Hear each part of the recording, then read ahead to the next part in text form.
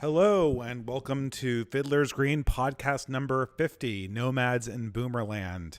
So I think people were anticipating episode 50 as being something that would be like a big extravaganza. I hate to disappoint people. This is probably going to be a lighter episode. There are days when you really feel like podcasting, and then there are days where you had time set aside to podcast, but it's really the last thing that you wanted to do. And unfortunately, this is one of those days. For people who have been watching over the last 2 days and are familiar with the setup, currently my wife and I are in the process of moving out of this apartment on a journey back to the West Coast to be closer to family. And so all of this is going away. And in the interim, we're essentially moving out of our apartment. And due to some scheduling mishaps, I just had to come back from carrying a bunch of heavy objects downstairs and didn't have a ton of time to prepare for this podcast. Not to mention, there's been a lot of family drama, a lot of family happenings going on recently, and I have felt a lot less connected to the political dimension of the goings-ons of the last few weeks or few months. I think, it's kind of funny how this happens. I recently wrote a Substack essay that was based on some of the observations I had on the previous Fiddler's Green podcast, number 49, where I talked about the various ways that different groups in the contemporary discourse were resisting sort of dissident right insights. And I called that essay The Dissident Right and Its Discontents. And it somehow got really popular, I guess just happened to come out at the right time. And in the meantime, I've just been kind of observing politics and kind of trying to make heads or tails of it. When I first moved into this apartment in 2021 late, I think it was, or actually I think it was early 2022. In early 2022, I said it initially in one of the early Fiddler's Green podcasts that we were really waiting for a number of things to happen. We were waiting for a number of shoes to drop. We were waiting for moves to be made that were out of our hands. So, I mean, I'll give you a few examples. Obviously, the first one was the 2022 election that happened. And, well, I guess you could say, did the Republicans lose it? It's usually thought that the Republicans lost that election. The other one were the prospects in the war in Ukraine. Then emerging after that was also the prospects in the war in Gaza. Or I don't even know if you really call it a war or a military action or a massacre or whatever. That's not really my business to characterize that conflict one way or the other. And then there was also, I guess, sort of how the global economy would deal with sort of economic challenges that were coming at it in a variety of directions. There was a lot of uncertainty around inflation when I started this podcast. I mean, it started in 2022 early. There was a lot of financial instability around inflation. There are a lot of questions around a housing bubble. There are a lot of questions around immigration, all of which were destabilizing elements of our society. And the question was, or it seemed back then, that these things were kind of coming to a head. And what's I think sort of established itself, or what we've established in the last 2 years since I've been doing this, is I think a lot of the questions have gotten answered. There is a certain mode that's emerged at this time that we're kind of stuck in.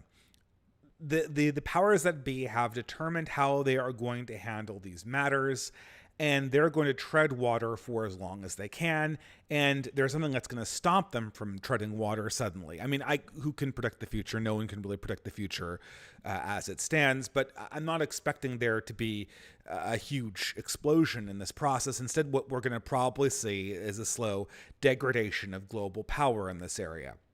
And I mean, I think the first place we can kind of start with this is the stuck politics. I mean, this is sort of the most prominent thing that we had happen in the last month since I started doing this last month since I returned to doing Fiddler's Green podcasts after a kind of hiatus, a little bit of a gap in doing them, were the elections in Europe, in which case, in which instance, there was a huge popular surge for the right wing. It's kind of funny. I mean, in both cases, this happened. There was elections across Europe for the EU Parliament. There was elections in France. There's elections in England, and in all cases, essentially, what happened was a huge right-wing surge, then sort of matched with bureaucratic machinations that kept the right wing completely out of power. So in Britain, there was the whole 0 seats for the Tories, and of course, the Tories were completely destroyed. And Reform, I don't know, picked up a few seats. Reform is the alternative party led by Nigel Farage. I'm really not the right person to talk about this because there's a number of commenters that dedicate themselves to British politics. Obviously, everyone in the Lotus Eaters talks about this constantly. And Nigel Farage was trying to head up an alternative party in Reform that was not so much going to be, I mean, is it going to take Parliament? Obviously not. Is it going to preserve a majority? Obviously not. But I think more or less the goal was that they would sort of turn the tables on the Tories. This was the idea of 0 seats, which I believe was originally pioneered by my friend Academic Agent, although I don't know. He was certainly one of the people I knew in our circles that was promoting it. So, I mean, the idea behind 0 seats from 30,000 feet point of view, as we say in the engineering world, the idea behind 30 seats is that, or behind 0 seats, is that there always is this narrative that goes on in mainstream right parties, which is if you don't vote for the Tories, if you don't vote for the Republicans, if you don't vote for the center right, then the left is going to take power, and the left is going to do everything you hate even more.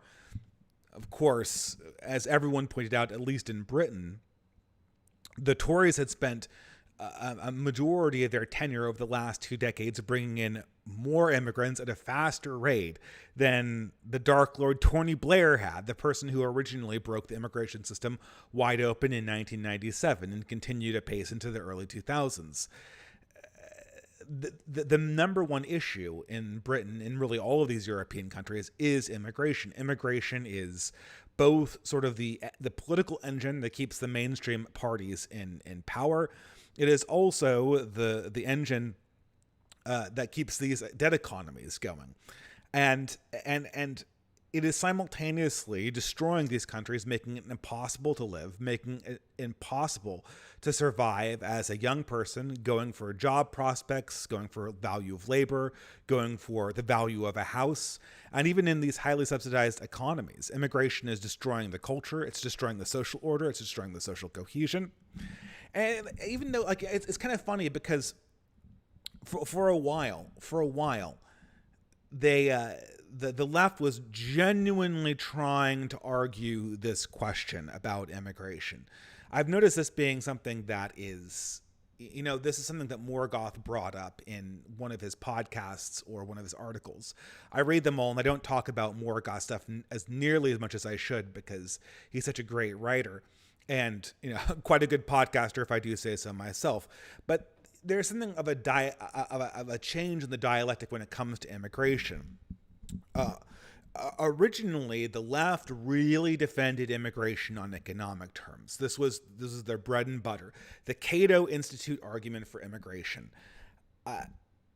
And the argument was immigration makes GDP to go up. Immigration makes your welfare programs work. Immigration makes the system work. This is how we have a functional economy, by having high immigration.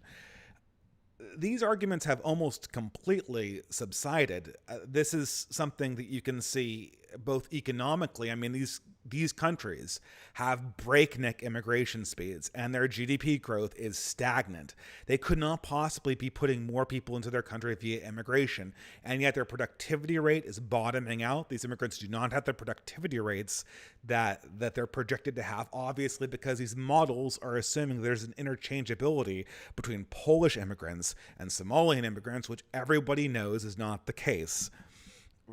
Furthermore, it's just obvious, and this is something that specifically Morgoth mentioned. When we originally took on the immigration issue, the most important thing to understand was that economic arguments are never good. And why are they not good? Well, because they miss the entire point.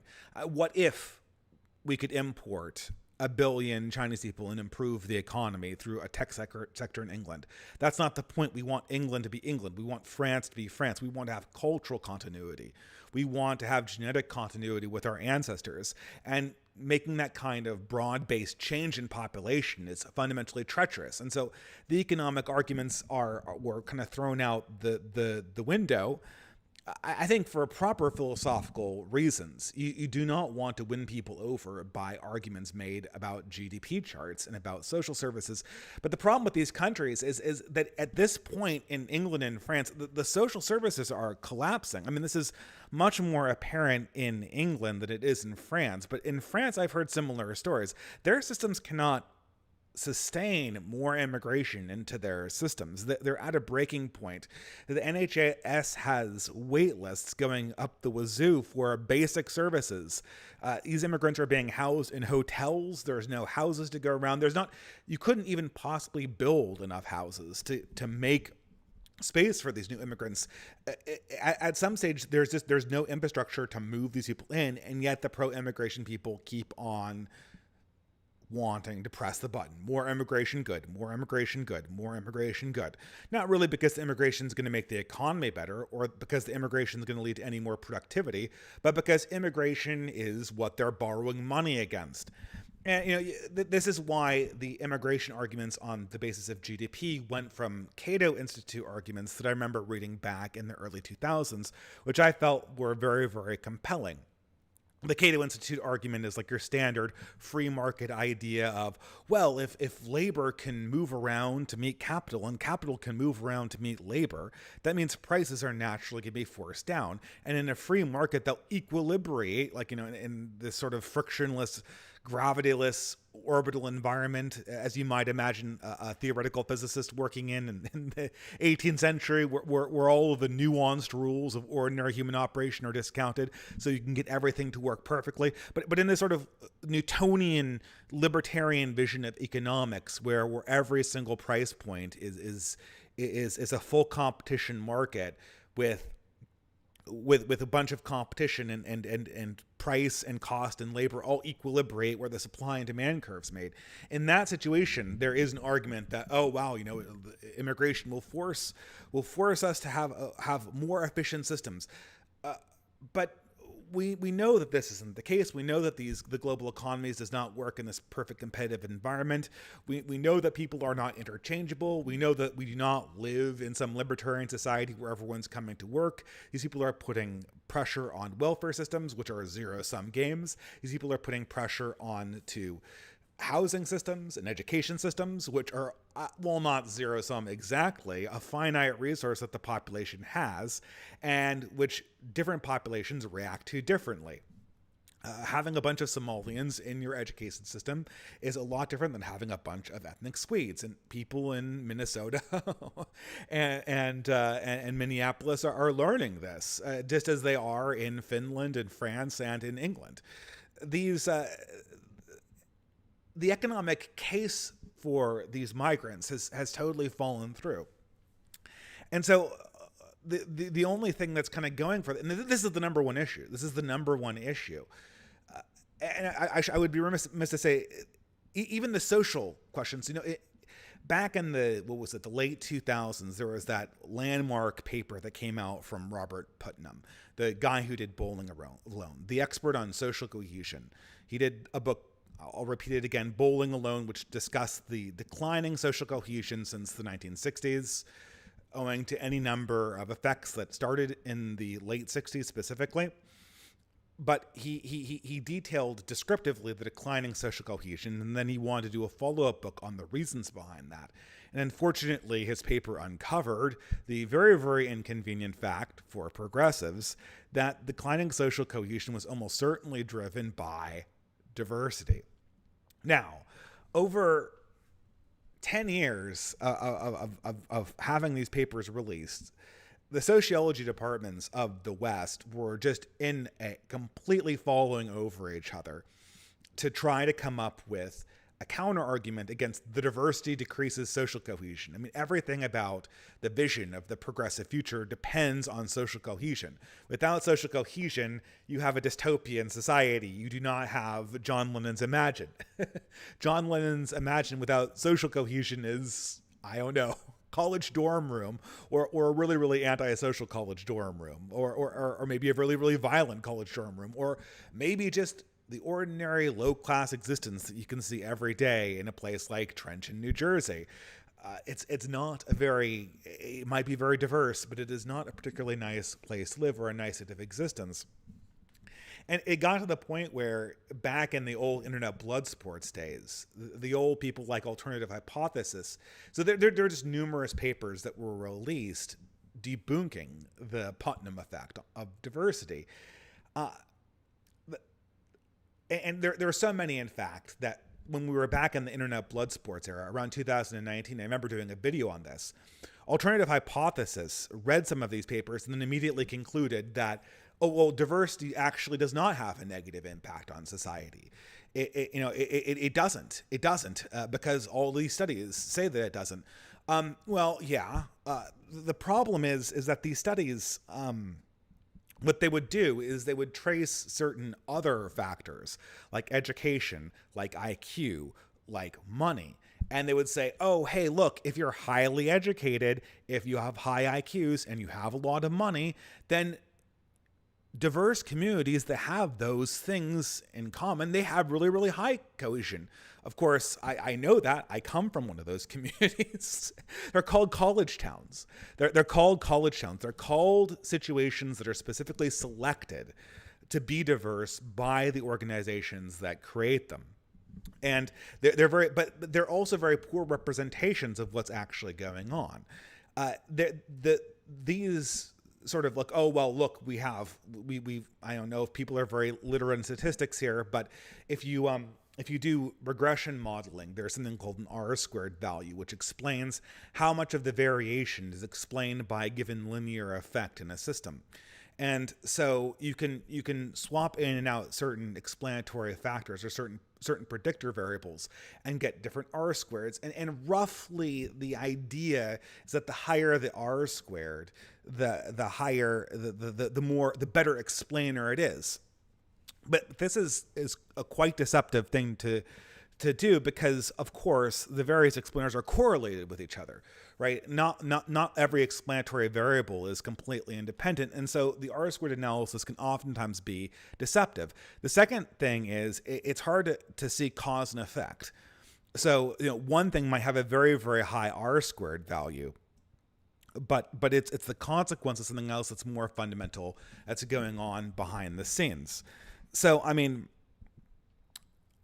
we can stick on this immigration thing. So obviously, if you're rich, if you're a bunch of billionaires, and you all live in, you're a bunch of diplomats' children, and they're all from different countries, and they're all millionaires. They're all independently wealthy. They're all dignitaries of their own respective countries. They're all in DC going to dinner parties, and their children are all incredibly high IQ, highly agentic children that have been groomed from a very, very young age to be the new leaders. Yeah, that's going to be a very, very cohesive situation, wouldn't you know it? It's also very, very ideologically cohesive too. The diplomatic communities, as our friend Uncle Yarv is very, very fond of recollecting, these exist under a common culture that is the State Department's culture, which has a common ideology that you'll recognize from the Atlantic, that you recognize from the New York Times. This is our ruling class's ideology. To treat these people like they're randomly selected out of their respective countries is stupid. So what you're measuring there, when you measure these highly rarefied, rich situations with diversity, is you're sampling a pre-selected group. What you're not measuring is what would happen if you took two random groups or two medium groups or even two above average groups and then mix them together. If you had a highly cohesive Mormon community and a highly cohesive Muslim community and you just mix them together, and they are both relatively wealthy, what would happen? Well, of course, the cultural cohesion, the social cohesion would completely slam downwards. And this is what the problem, and I probably should do a separate stream on statistics. It comes up all the time, and I didn't do any slides or prepare anything about how you do these things. But it's very easy, and this is why studies are so deceptive. It's very, very easy to kind of select your parameters ahead of time to come to certain conclusions. So the progressive establishment was able to publish many, many, many studies that showed, oh no, social cohesion or social discohesion is not driven by diversity, it's driven by poverty and stuff like that, right? Using this kind of deferment to economic wealth or to IQ or something like that. But the Putnam effect is very, very real if you look at the data longitudinally, if you look at it at different ways, if you look at it in terms of a city that had one population of people and then it was mixed in with an immigrant group, the cohesion drops. You can see this in Minneapolis. You can see this in Paris. You can see this in London. You can see this in any neighborhood that has a huge diverse group of people with a different religion and different ethnicity introduced into it.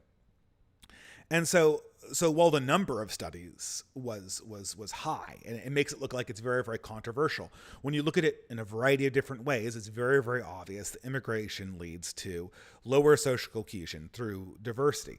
And now there's another paper that just came out the other day, or the preprint came out of it the other day, that our arch noticer friend, Mr. Steve Saylor, noticed, is that high levels of diversity, except in one very, very funny instance, leads to lower birth rates. So the more people, and it was a very, I guess kind of skimmed it today, but it looked like a very, very robust analysis, meaning that if you looked at it in a variety of different ways, this effect would still be coming through. And as people get more diverse and things get less certain, people are much, much less willing to find families. Or, as the study's authors pointed out, just finding mates is very, very difficult. First of all, people who marry outside of their ethnicity tend to have lower birth rates. This is a mystery in social science. We don't know exactly why it's the case, but this just happens to be the case. It could be correlated with the fact that interracial relationships happen mostly in urban areas, and urbanites tend to have lower numbers of children. So we shouldn't take much of that, right? But most people marry inside their own ethnicity, and most of the children come from people who are of the same ethnicity. So the ability to find a similar mate to you, or a mate that you're that's appropriate for you to marry, goes down and down and down as diversity goes up, as social cohesion goes down and down and down and down. People's ability to match up and furthermore take those matches and actually get married goes down and down and down and down again. So the net effect of this is essentially to have diversity and immigration lead to a lower overall birth rate. I mean, I don't know what the logic of mass migration is. The logic of mass migration seems to be just shouting, "You're racist, you're racist, you're racist, you're racist," over and over and over again. The only arguments that are still sort of on the scene are these arguments that come from people like Richard Hanani, which are just transparently bad faith. There's no way to make the logic to them work. And if I were to sit down with Hanania, I could ask a series of questions that I doubt he would have any good answers for, because all he's doing essentially is repeating the line "immigration good, immigration good, immigration good," so that ruling class allies and the donor class can see that he's repeating their line and kind of promote him as their preferred right-winger to debate against. Because the problem is regardless of whether we have numbers on whether it's good or bad for economics for the median person, our ruling class has basically bet everything on immigration continuously going and going and going until you have results that look like the ones in England and France. England, what happens? Tories get beaten. Reform gets a huge surge, but Reform gets almost no seats, and the Tories maintain their dominance. The Tories also maintain their dominance in the sense that, Labor wins the election. You can tell that I'm tired here. Labor wins the election, so Labor is dominant. But Tories maintain their lead over Reform. So the concept behind 0 seats, to return to my original point, was always to, I think the large hope was that 0 seats would lead to a situation where the number one opposition party to Labor would be Reform, such that people who oppose the Tories would never have to deal with that argument of, well, if you don't vote for Tories, you're going to be giving the country away to Labor, which will do everything that you hate 1,000 times faster. The point was to destroy that particular rhetorical point. And of course, it didn't quite pan through because there were enough old people who were just diehard Tory fans that didn't really understand what was going on. Furthermore, what was more interesting was in France, where there actually does seem to be some kind of insurgent, youthful, right-wing force that gave the National Rally, the sort of right-wing coalition party, a huge boost, an enormous boost. It made it the majority plurality. It gave them the plurality of the votes, 37% versus everyone else who was hovering in the mid to low 20s. It gave them a huge boost, but it was overwhelmed because the coalitioning system in France allows the other two parties, Macron's and the Popular Front, to coalition together and form a new government. So the most popular party in France gets the least number of seats, and all the while, you have the NFV, the Popular Front. They're publishing images like the one you see here. Maybe I can go into presentation mode here. Oh, well, that's even worse, right? But they're publishing images like the ones you see to my left here, bragging that the immigration that's coming into the country essentially means that no matter how small, the red essentially being the left wing in this case, no matter how small as a percentage of the native population the left wing gets, there'll always be more immigrants to keep the right permanently out of power. There's no argument. There's no dialectic. It's just a pure power play. And it's just a pure appeal to the status quo. Speaking of status quo, the debate performance. I didn't cover this last time, and it's old news at this stage. But there's nothing really to say. I mean, we've known that Joe Biden is senile for a really long time now. And this is something that it's not interesting to us, but it is interesting to kind of see how the interesting thing to come out of the debate was not Joe Biden's senility. The interesting to see coming out of the debate was the progressive press's reaction, which was to pull that whole Casablanca line. I am shocked to find out that the president of the United States is a senile old man who can't complete a single sentence and can't debate against Donald Trump, who we know is an idiot. And it's, I mean, you don't? I mean, I think pretty much everyone who wasn't in your little echo chamber was pretty much telling you that 24/7. I don't know, and for now, was it 2 weeks? It's been 2 weeks since the debate, and we're still getting these mouthpieces like Jon Stewart telling us. I mean, with Jon Stewart, it's particularly rich because he was one of the people who almost certainly was on board with covering up this lie. Everyone in the press knew that Joe Biden was having huge mental problems and was completely unfit to lead this country. Jon Stewart knew that. Everyone at The Atlantic knew that. Everyone at the New York Times knew it. But then after obviously participating in this lie, the progressive media turns around and basically acts outraged. I mean, they're kind of. I mean, it's kind of like that situation in Blazing Saddles where the sheriff takes himself hostage. I mean, they're getting outraged at their own mendacity covering this thing up, and people buy this. People. I was, I've been talking to older people at work. I've been traveling a lot for family business, and people actually buy this idea that nobody knew. The White House kept this such a good secret from us. Nobody knew, and now it's time to get a new candidate, or at least to stick with this. Don't change horses in midstream, as they used to say. Stuck politics. Another thing that kind of has been coming up, and I want to comment on this a little bit before I go on, is this notion, and this is an old thing we've been talking about for a long time, stuck culture. Well, what I should say about stuck politics before I go on is I know the game they're going to play. I know it's not even like I know the game they're going to play for 2024. With stuck politics, I kind of know the game they're going to be playing for the rest of my life until the regime changes. They're just going to kind of keep on lying to us about what's going on right in front of our eyes and making sure that the decline goes on as slowly as possible while making sure as much money lands in the pockets of their client groups.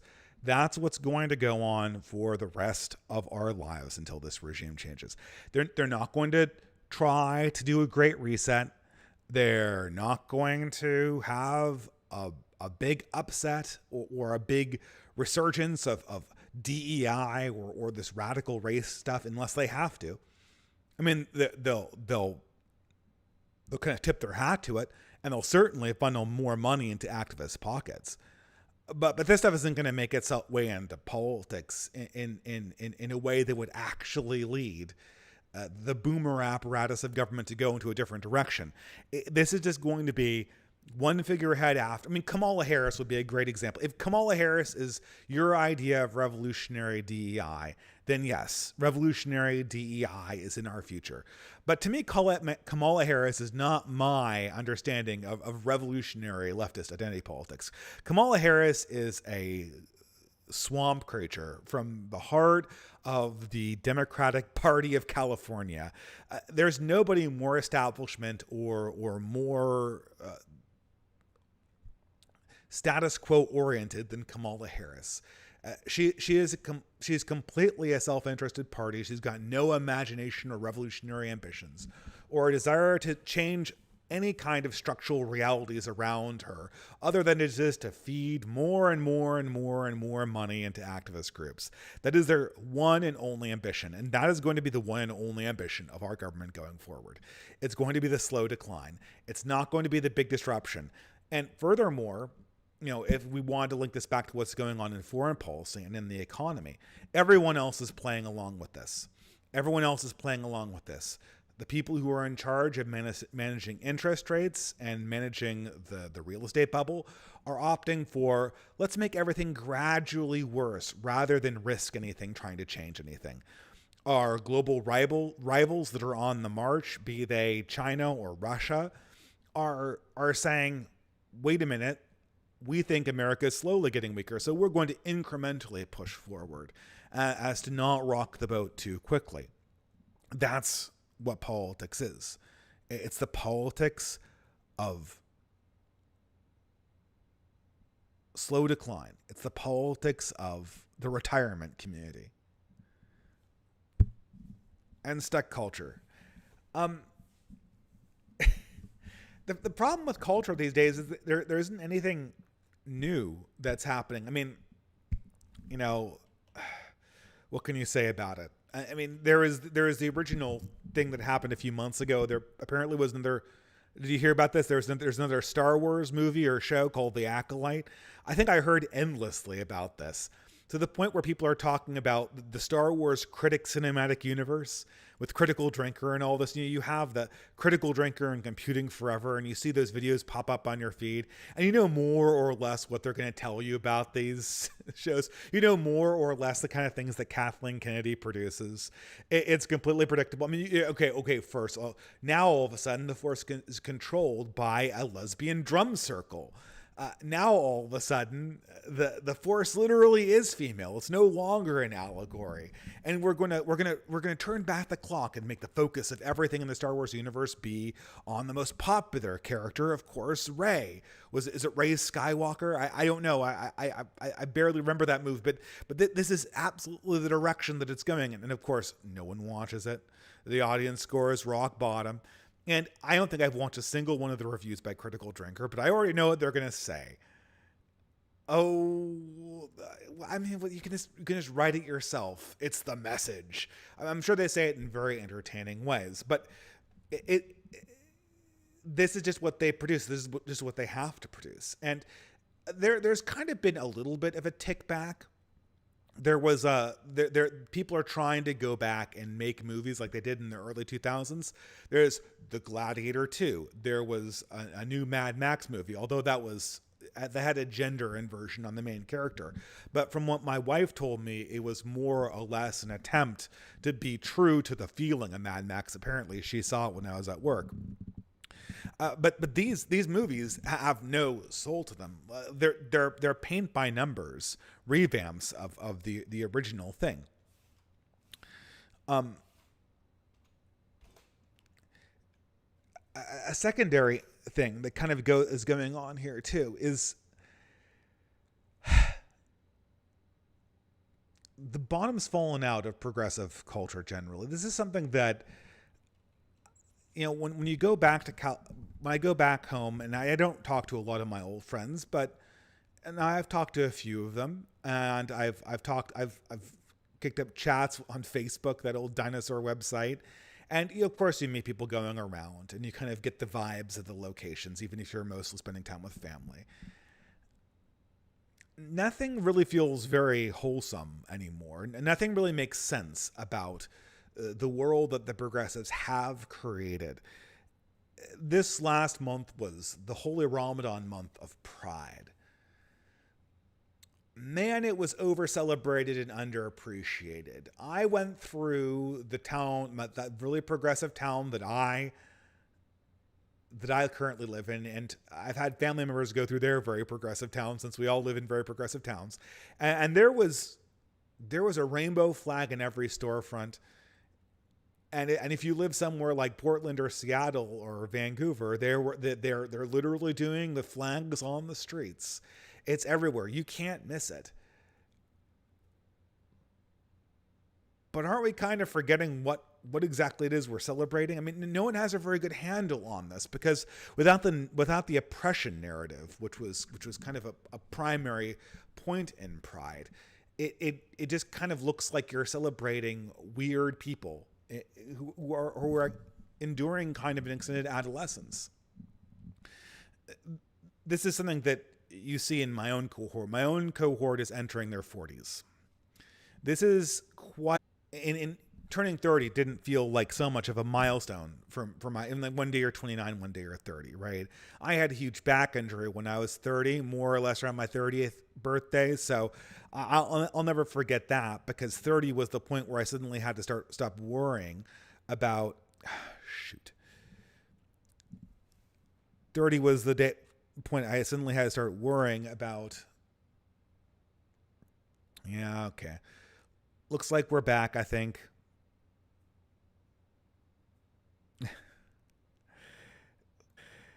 This is what's so funny about this whole thing, is that I have a hard line connection and I still can't get a consistent signal here. That is amazing. I can't believe it.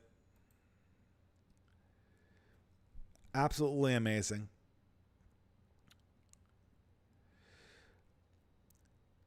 Okay, well, let's go. So, uh, this is, I'll never really understand this. I have an Ethernet connection now to my modem, and I'm still getting these infrequent cutouts that I have to cut out whenever I release this as a podcast. But back to my story, I guess.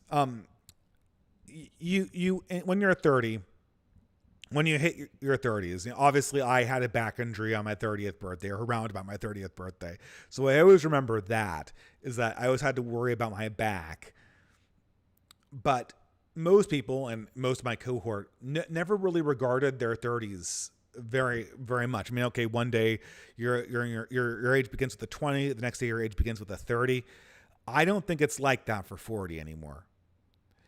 With 40, there are some hard lines here. For 40, women are having a much, much harder time having children. In 40, people are really considering what their career is looking like long term. It's much harder to switch your career. The number of people who switch their careers at the age of 40 is kind of incredibly small. I see that there's a little bit of a hiccup there, but I think we're back now. The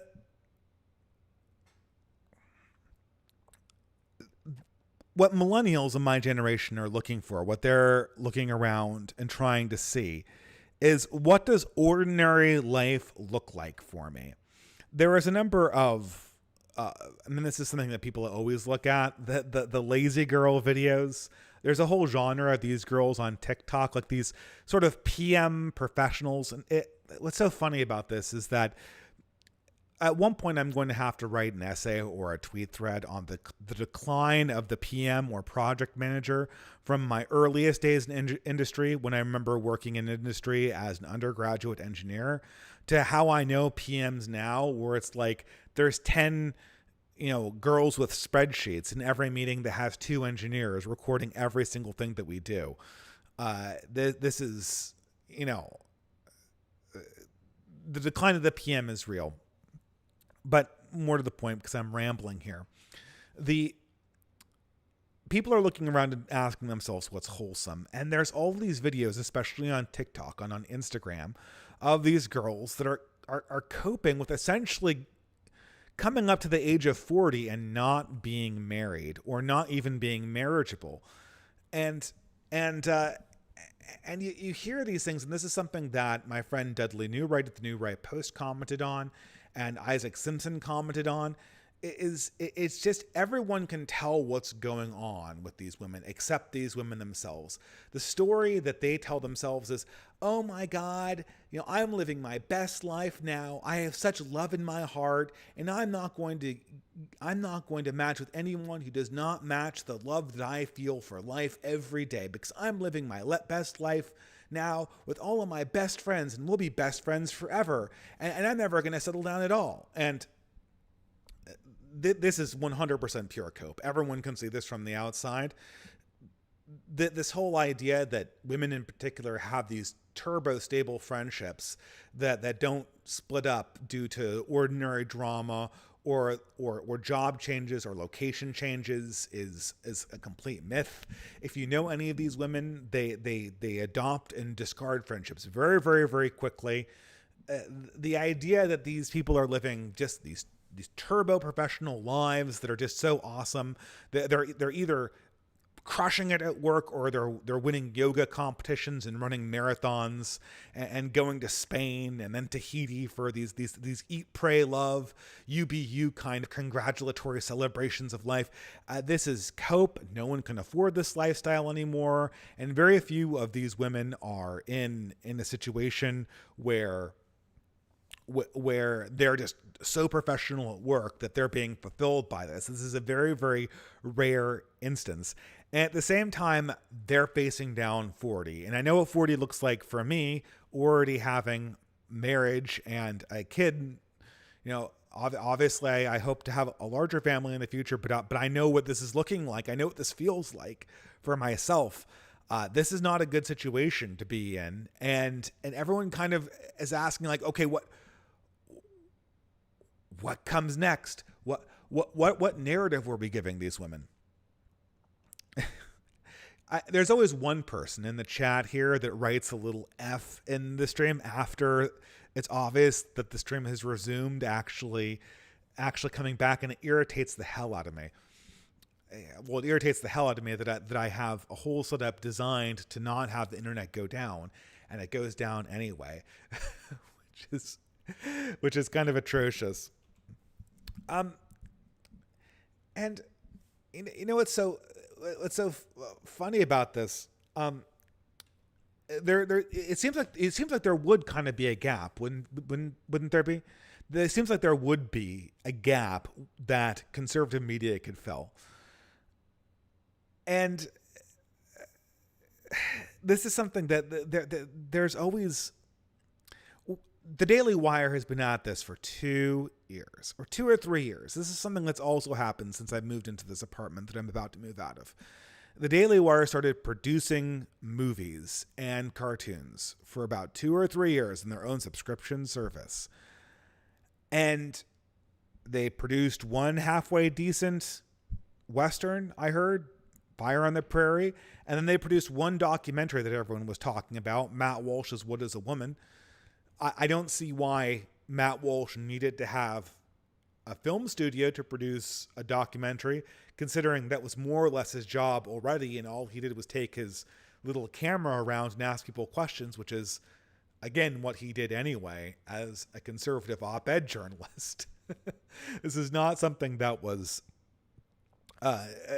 needed to have a Hollywood-style studio behind it, but as far as I can tell, the Daily Wire has just produced a series of really, really mediocre pieces of culture, and the worst parts of the culture have been the animated shorts, or not shorts, the animated series, the things that are trying to be duplicates of Family Guy and King of the Hill and The Simpsons and South Park. It's not. I probably should have had videos of Mr. Burcham and the other few that have been produced. There was one that came out a few weeks ago that featured Elon Musk with a boomer guy and his SJW kids. every one of these pieces of culture is it's deeply embarrassing in a way that it tells you everything you need to know about the people who created it. First of all, it's obviously transparently trying to rip off 2005 era South Park jokes. I mean, they're all uniformly either South Park jokes or King of the Hill jokes on repeat. There's also no comedic force behind them.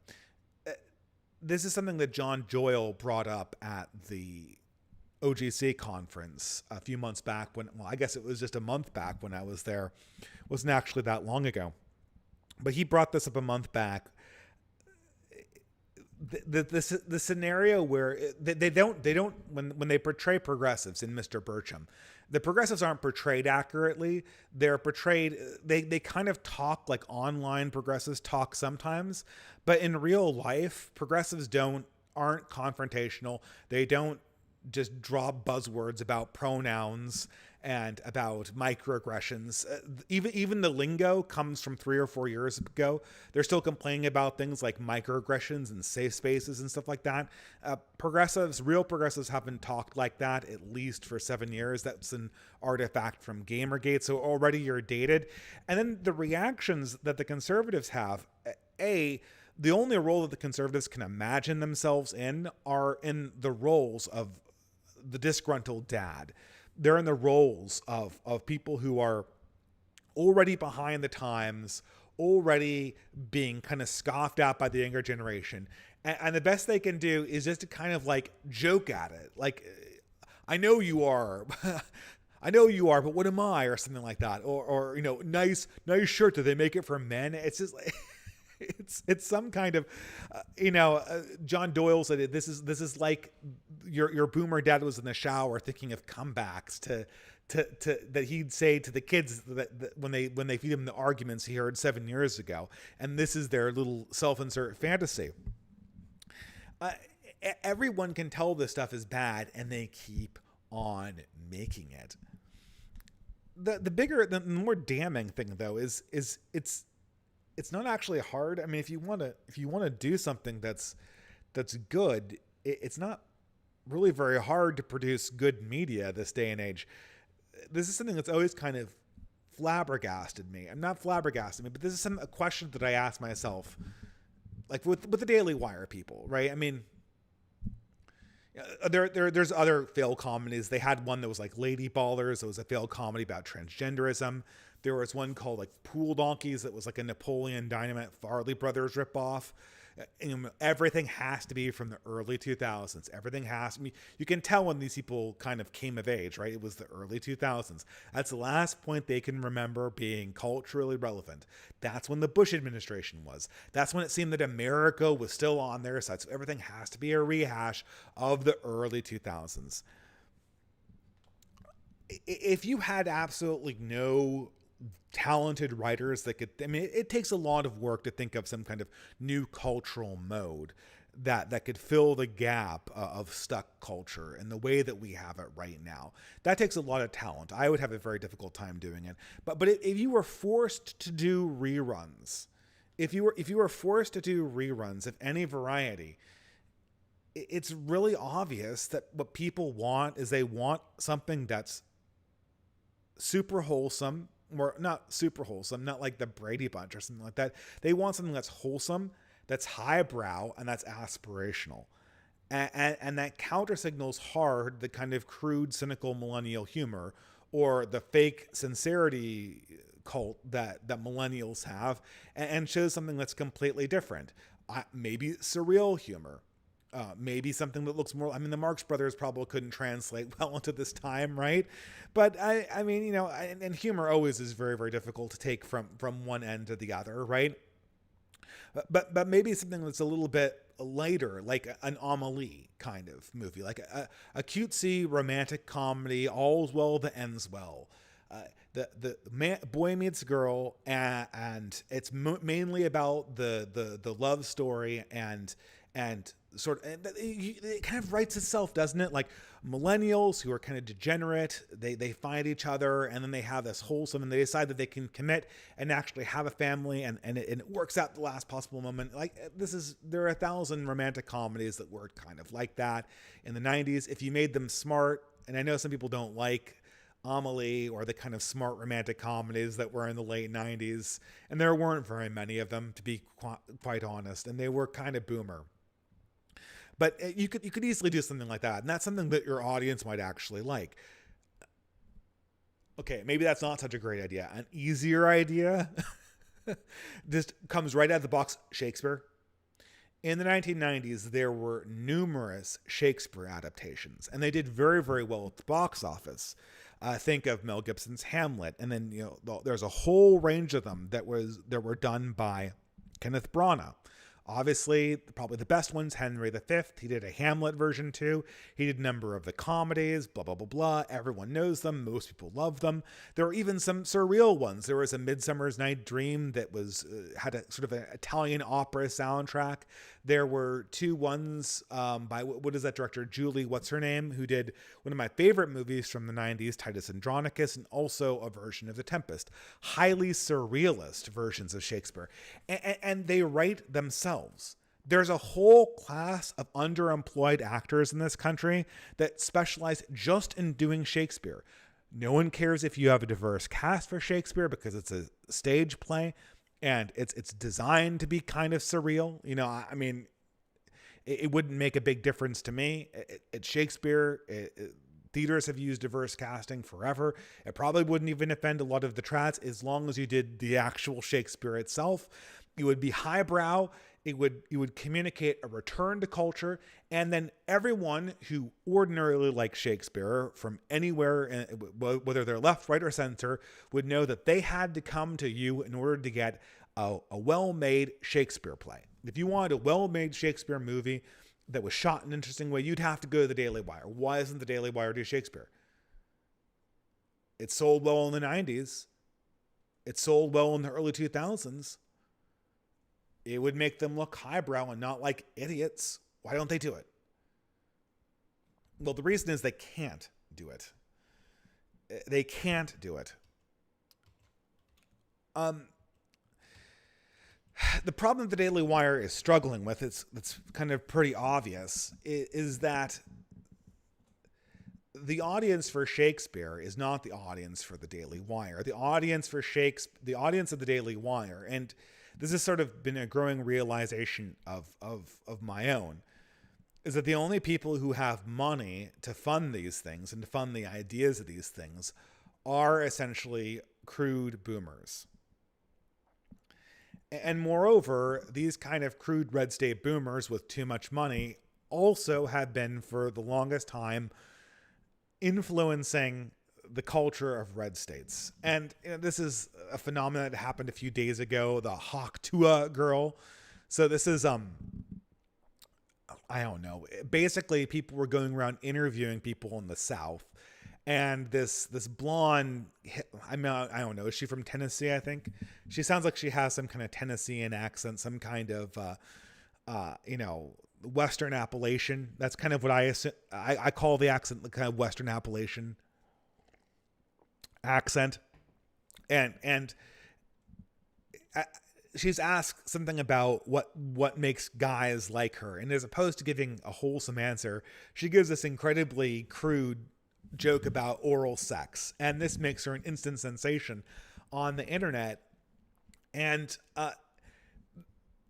I guess that's not unusual for the internet. These kind of things have had a long shelf life. Or, this is something that's always been a thing on the internet, the crude internet jokes that last for a few days. But what's interesting about this, and what most people have noticed as the relevant point of cultural commentary with Haktua, is this is something that would be, this is something the Traditionalist brought up recently. You'd see this kind of thing on Jerry Springer.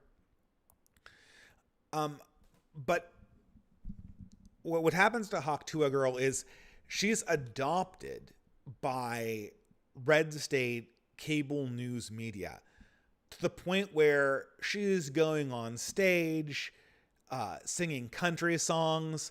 she's going around doing tours with people, and she becomes kind of an emblem of red state American culture. That is new. I mean, it's not new for red staters to be crude. Obviously, this is kind of the stereotype of the Appalachians are they're kind of conservative, but also have crude body humor. It's very unusual for an internet phenomenon to become famous only for the crude humor and then immediately be elevated as the example of what our culture is. The problem here is Red America, or at least a large swath of popular Red America, has adopted the stereotype of them given to them by progressive media, and they've kind of walked into it and owned it. Just like every single boomer who wants to sit down and watch an animated show that tells it like it is, the only role they can imagine for themselves is Hank Hill or Archie Bunker, with maybe a little more sympathy. And the only role that these Appalachian blonde girls can imagine for themselves is like, I'm sure the Hawk Tuah girl is, I'm sure this was just a joke. I'm sure she's not, I'm sure she's not like an OnlyFans girl. But while she might not be an OnlyFans style girl in real life, while this might be just her making a drunk, crude joke when a camera's put in her face, she's wearing its uniform in public. She is adopting that persona in public. People have laid out the lowest common denominator stereotype of these people. This is the honey boo boo stereotype of the red state American. And I can tell that this is not her best moment, but what does she do? She immediately occupies the stereotype. Just like the Daily Wire conservatives all want to occupy the stereotype of Archie Bunker and Hank Hill with a little more sympathy. The only thing, the extent of these people's imaginations is just to be the crude peasant, but slightly more sympathetic. No, I'm proud to be that degenerate. I'm proud to be the stereotype. I want to defend the stereotype that my enemies have of me. That's who I am. That's my role to play. Stuck culture. So this is sort of the place we find ourselves in currently. This is something I'm looking forward to leaving behind. As everyone who's stuck with me for this last 2 years knows, that I am broadcasting from a loft, which means that every little sound that comes from the downstairs immediately gets heard. But that's neither here nor there. This is a very, very fly by my pants episode. So there you go. After having one of those interruptions with a internet down, a bad internet connection coming from a hard line, I feel a little bit more laid back. The point of this, though, and I think one of the reasons why my most recent article resonated, I basically wrote this article just to summarize ideas that I had on the last Fiddler's Green podcast, but it became a huge hit. At least on my for me, it became a hit, right? 10,000 views on Substack is a pretty good job for me. But I think the reason why it became such a hit is what I really wanted to answer is why is everything stuck? Why is the right wing the only place to have interesting conversations? And what's so funny is I wrote this article. I mean, I did mention him towards the end, but there's a number of people who are kind of these perpetual adversaries of the distant right online. Obviously, they're the kind of the new elite human capital right-wingers that are trying to ape the Silicon Valley cultural mannerisms, but take it in a right-wing direction. But there's also sort of these newfangled guys from the conservative movement, like Joel Berry of the Babylon Bee. And I really wanted to address my article at Joel Berry of the Babylon Bee because he was having all of these reservations about the distant right. And furthermore, the other problems is he seems gobsmacked that the cultural tropes that he likes dealing with are being greeted as very, very stale. And, I laid out a number of principles. The reason why culture is stuck, this is the argument of my Substack essay, is that we're just not acknowledging certain truths about reality. We're not acknowledging certain commonly known truths about human nature. We're not acknowledging commonly understood truths about culture. We're not understanding commonly understood truths about how all social arrangements worked and how all power had to operate. And because of this, we have to exist in this complete illusion about what makes a people, what makes culture, what makes discourse, and we're just kind of cycling through these dead forms again and again and again and again. This is completely lost on Joel Berry. I proposed a talk with him several times, and I never heard back from him. And no matter how many times I kind of tweet back answers to his objections about why this is going on, he seems totally flabbergasted at this, and always kind of going back to this boomer mode of trying to understand the world as it was and old. I should probably go on to. I mean, I probably could have summarized this last hour of reminiscing about current affairs as just saying that we're eternally stuck in the boomer moment. This is what's characterizing our culture. This is what's characterizing our politics. This is what's characterizing the reaction to the state of our culture and politics. It is the boomer moment. Now it is the boomer moment forever. Joel Berry, not a boomer. He's a late millennial like myself. Maybe I think he might be a little bit older than me, so he's a Generation X person. But all the conversations we have with Joel Berry, with Wokel Distance, with any of these evangelical right people, with the Glenn Becks of this world, with the Eric Ericksons of this world, it's a constant rehashing of the stupid reality of what it is to live in the 21st century. The government is not responsive to populist surges. Surprise, surprise. Did we not know this when we understood the populist delusion? Did we not understand how this worked when we saw the last 5 years of Trump and then Biden? Did we not see all these different warnings from Europe that this is not how any of these things works? But we're still locked in boomer psychology. I'm going to go here. The fundamentals of boomer psychology. Maybe I can eliminate my video feed here.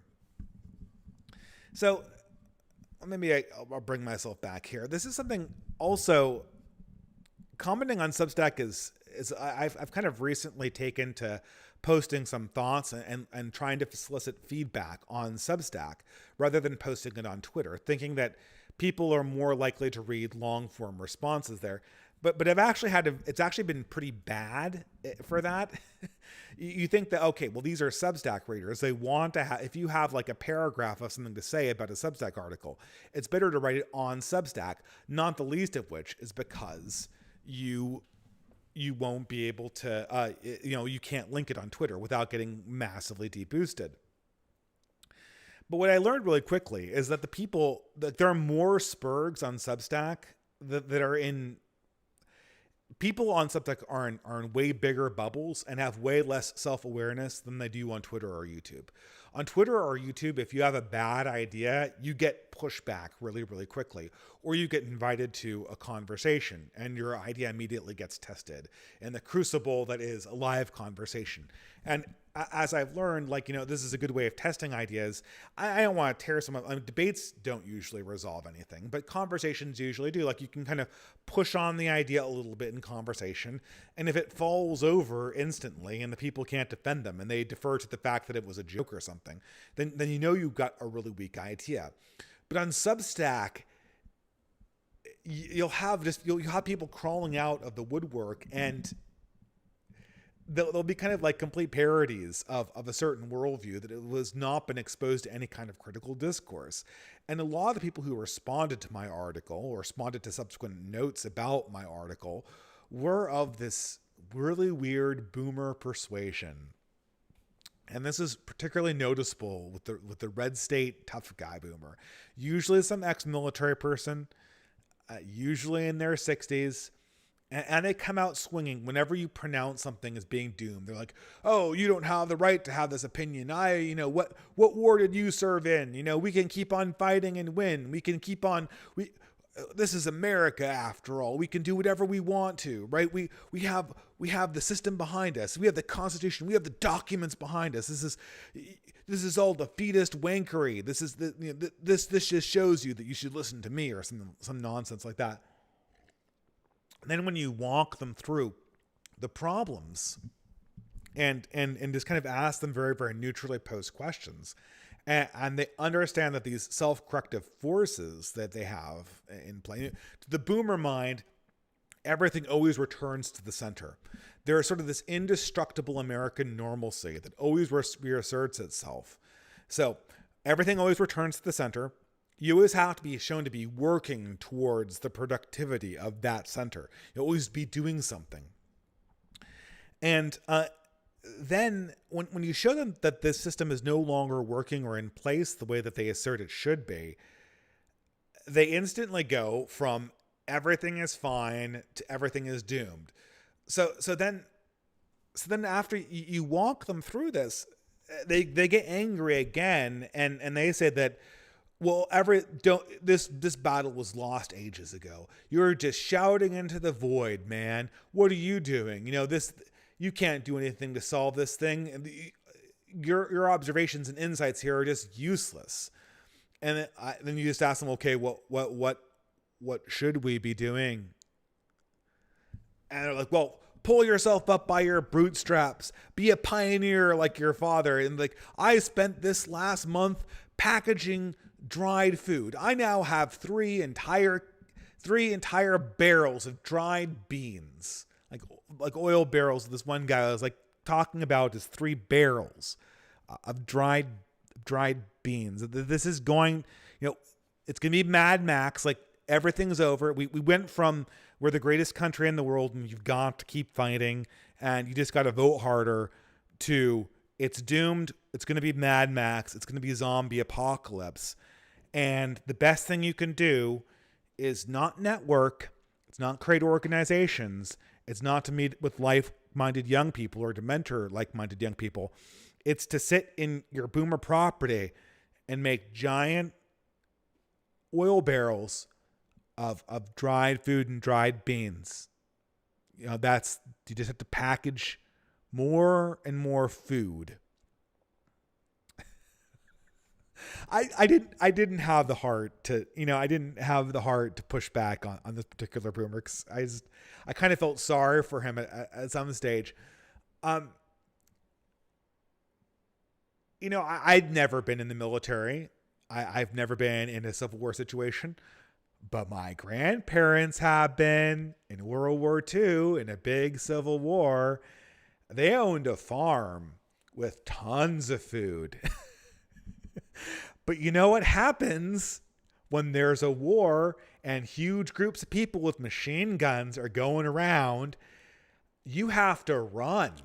And when you have to run, you can't take your 34 oil barrels of dried beans because you can't freaking carry them. That's reality. You like, what is your shotgun going to defend your homestead? I mean, you lone man road warrior is going to what they're imagining is some kind of like Hollywood version of this, where the people who are invading are just like, they're just like running in like zombies or something, and like they just get mowed down by their AR-15 or something like that, right? But that's not what conflicts look like in the modern. There are groups of people. This stuff gets confiscated from you. In a situation that is as bad as he's describing, you're going to be in most cases fleeing. And if you're fleeing, the one thing that saves you is your social network. That is what your organization always saves you. This is something that, this is in one way that very young people and very old people think alike. So the boomers and the zoomers kind of have, this will not last, and the zoomers will get disabused of this very quickly. And this election, I think, did disabuse a lot of zoomers about this very, very quickly. But this is one of my points about boomers is civilization. For the boomers, civilizational systems are the core of identity. So the political and cultural systems that we have are more meaningful than the actual religions and people. The religions and people are kind of there to sustain the civilizational systems. The civilizational systems don't exist to sustain the people. It's the opposite way around. And this is something that, so Mr. Carl Benjamin, who is in America right now, and unfortunately I can't visit him because I have to work during the day. He got into conflicts with Peter Hitchens, not just Carl Benjamin, but pretty much everybody on the Lotus Eater staff got into a conflict with Peter Hitchens. Basically because they were going hard anti-Tory. What's so particularly unusual about this is that Peter Hitchens, I should say. Did I say Chris Hitchens? Peter Hitchens. I think it's Peter Hitchens. That this is the conservative brother, not the new atheist, Trotskyist brother. Although I think Peter Hitchens was Trotskyist in his very early life. For a huge 10-year period of his political career, every time he was in public, he would tell people to vote against the Tories. Yet this time, when there's an actual chance to unseat the Tories, he says, no, we have to vote for the Tories because otherwise Labour will come in. So readopting the boomer way of looking at things, and people were kind of mystified at this, and the people were asking, well, why is he saying this? Well, and he pairs this. Peter Hitchens pairs this with the recommendation to young people that the best thing that they can do in England is to simply move out of England. If you're young, he says, move out. England is over. Britain is over. We have to move out because our culture has been completely destroyed. And I don't remember exactly who brought this up, but this is, people were, is Peter Hitchens completely irrational?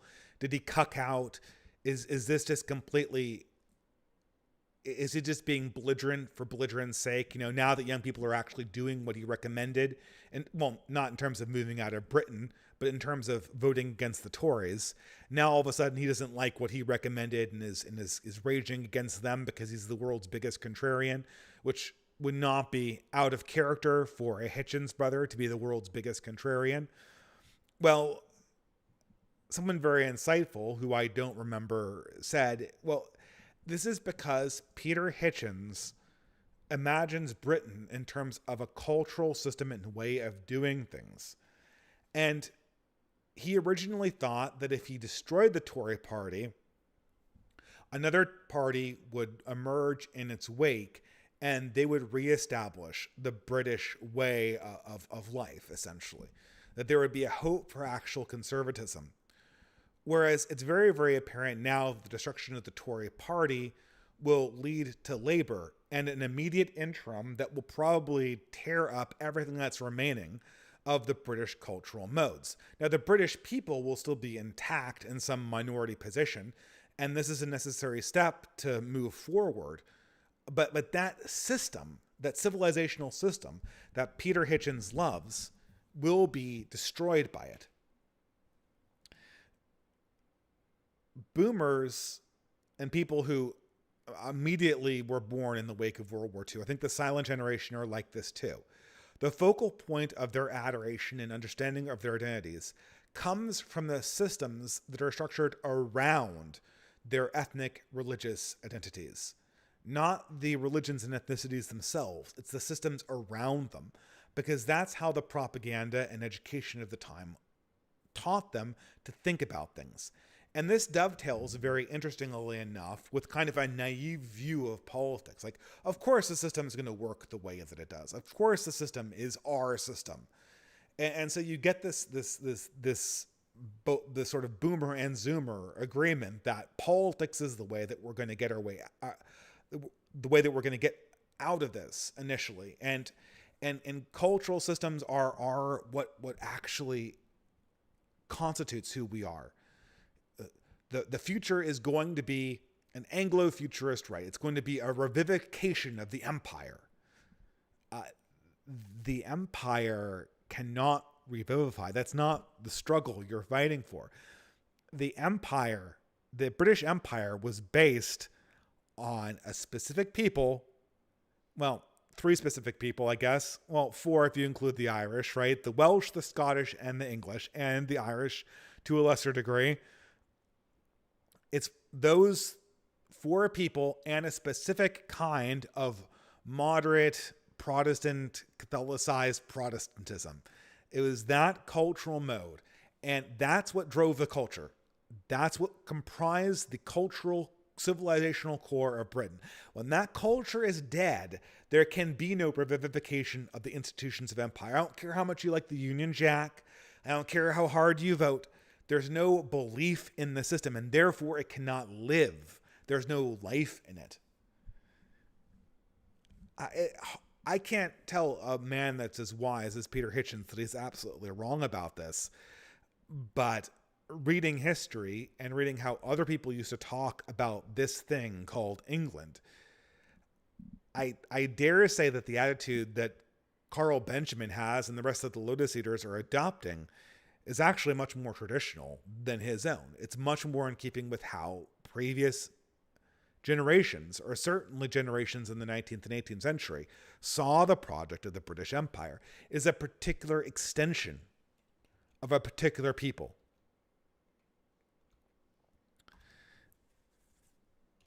There's this thing that happens with boomers. And, this happens with both conservative. I talked a little bit about the Peter Hitchens and sort of the tough guy, ex-military boomer reaction. I'm going to fight off. They go from vote harder, wave the American flag, rah patriotism, we're going to win this thing, we're the greatest country ever, to it's zombie apocalypse, and it's just going to be me and my oil barrels of dry beans against, the armies of communists that are coming to my door. They go immediately from one to the other. And this is sort of the source of our civilizational stuckness. And this is a mode that I realize I come to this a lot with my own blue state boomer relatives too. So you'll explain to them the situation. They'll hand you the front page Democrat. Well, in my case, in the case of the tough guy ex-military, it's usually the front page Republican answer to how to fix this thing.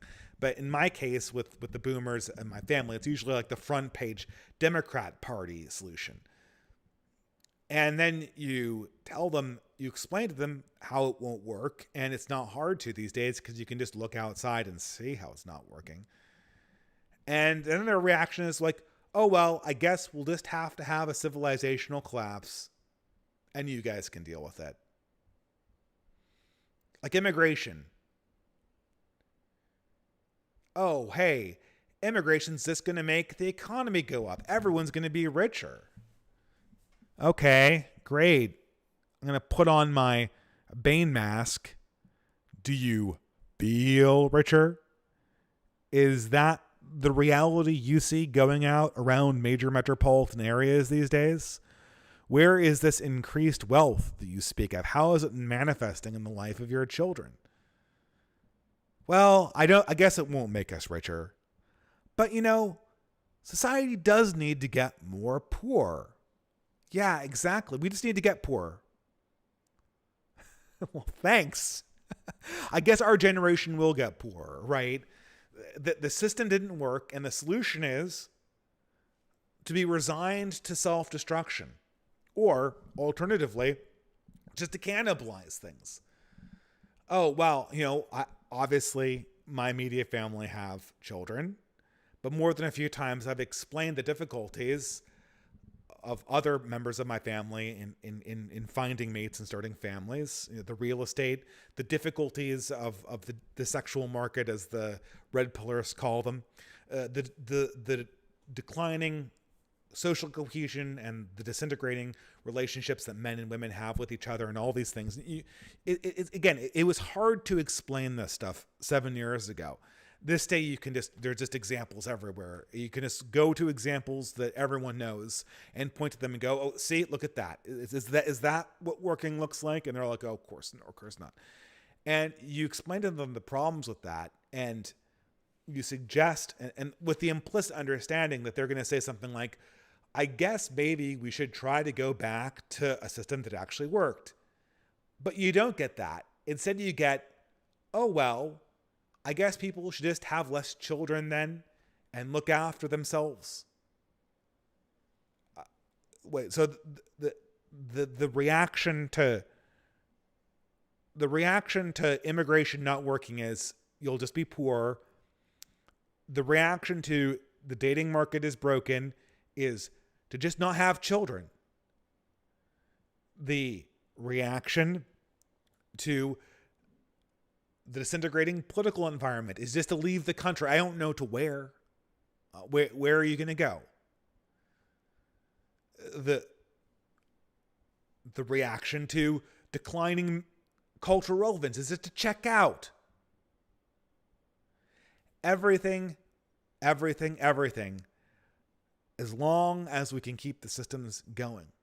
At some point, all these conversations with boomers, in my own experience, have always resulted in they're not really all like technically boomers, as people of this boomer mindset. They all come down to this recommendation that we just essentially cannibalize our own culture. Like that's what it always comes down to. And the same thing with these conversations with Joel Berry. He'll acknowledge all of the truths that are apparent right in front of our eyes, but instead of taking the necessary steps to do anything about it, they say, oh, okay, well, system does not work, therefore we just have to tolerate a system that's slowly collapsing. And we'll just eat the seed corn. We have enough wealth here to keep us going. And we'll just devour the seed corn and eat our excess wealth and keep on going and keep the system rolling until the wheels literally fall off and there's no more babies and there's no more money and there's no more wealth and there's no more houses, and then that will just be the end. C'est la vie, c'est la vie. But we were true to the system.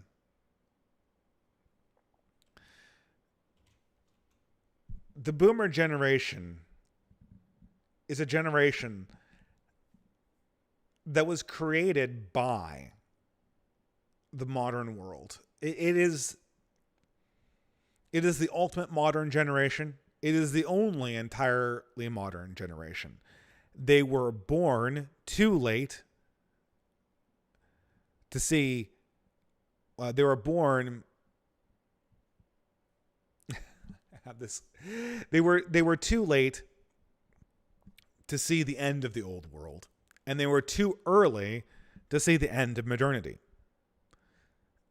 So they exist completely in this modern system. And the modern system is one in which techno-capital, the increase of technology,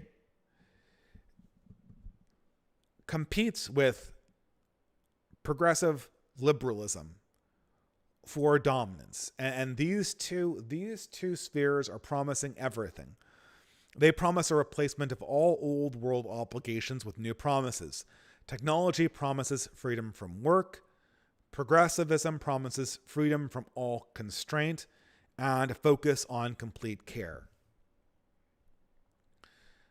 As far as they're concerned, the only thing that the system exists to do is to keep these twin machines going.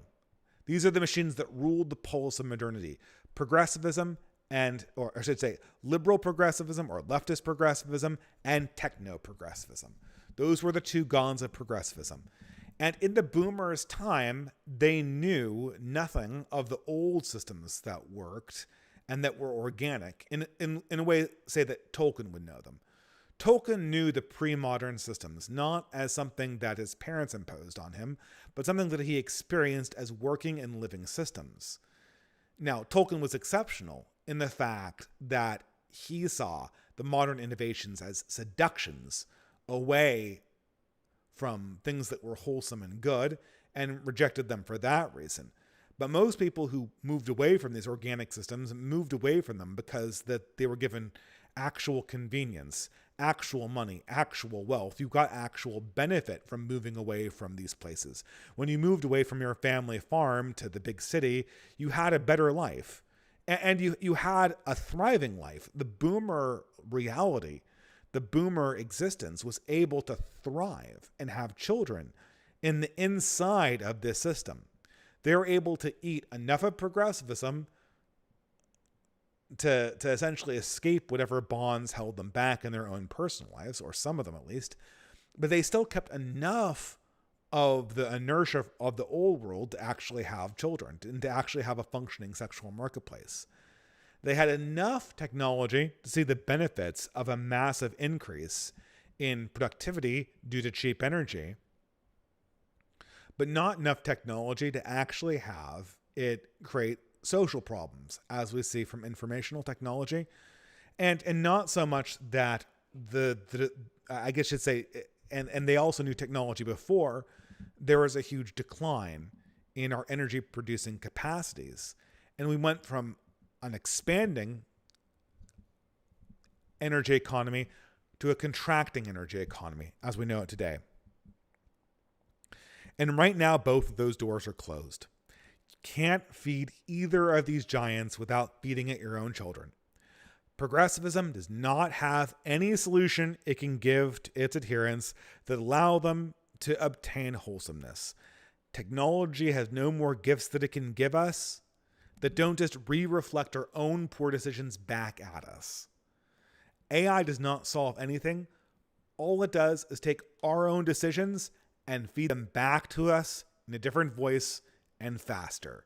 That does not solve any of our problems. It does not actually overrun any of the crises we have, because the crises we have are all political crises. They're all a question about who pays and who is paid to, who takes and who leaves, who wins and who loses. Somebody has to get eaten. Somebody has to be the winner and someone has to be the loser. This is the point. There can be no more growth in this system to paper over this problem any longer. And what is our society elected to do? In either stuck culture or stuck politics, the solution is the exact same thing. This is why it's stuck. The solution is self-cannibalism. We're not going to invent new culture that actually addresses people's problems as they are experiencing them. We're just going to recycle old culture over and over and over again, putting new spins on it to appeal to, well, not even really appeal, to flatter political demographics that we feel that we need to have on our side, and to create enough clout, or in many cases outrage, people to keep people clicking or buying subscriptions to our services, which are now declining. We're not even going to invent a new counterculture that takes into, in order to have a counterculture, the counterculture has to have an edge to it. But what edge is there going to be to Joel Berry's counterculture if the most he can do is just point and laugh at how ridiculous progressives are? If Joel Berry and the Babylon Bee are just going to be a rehash of the critical drinker, they might have some ridiculous jokes to tell about progressives, but that's not the real humor. That's not the real comedic energy of our era. The real comedic energy of our era is the vitality of humanity trying to escape from this system of self-cannibalization. It's addressing the eight antitheses that I laid out in my essay. It's addressing the problems of modernity, the things that our ancestors knew that we forgot, the blind spots of our society that keep us from looking in the right directions and keep us always turning back onto the same tried and failed methods. You would reveal this if you made a Shakespeare play good and hard, and you could make a version of The Merchant of Venice that would scandalize people. You could scandalize people with Shakespeare. You could make a version. The Merchant of Venice is the perfect for so many different reasons. I mean, people would hardly be talking about anything but that production of The Merchant of Venice if you did it right. But they're not going to do it because it's too difficult. You could do Richard III in a similar way, or Henry V. But you can't do Henry V in a way that appeals, that's going to make the boomers feel good about self-cannibalizing their own culture. Henry V cannot feel like Henry V without a deep connection to divinity, both the minor divinity that exists inside a people, an ethnicity, the English, the Welsh, in particular for Henry V's story, but also the tension between the English, the Welsh, and the French, in addition to the similarities between the English, the Welsh, and the French. You can't tell the story of Agincourt without that ethnic tension and without the minor divinity that live within those three ethnicities. And you can't tell the story of Henry V without the larger story of universal divinity that rules over them. After the Band of Brothers, there must be no nobis domini.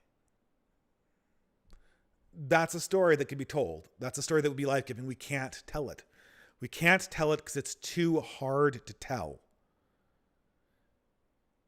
Good comedies are too hard to tell. Good dramas are too hard to tell. Stuck culture.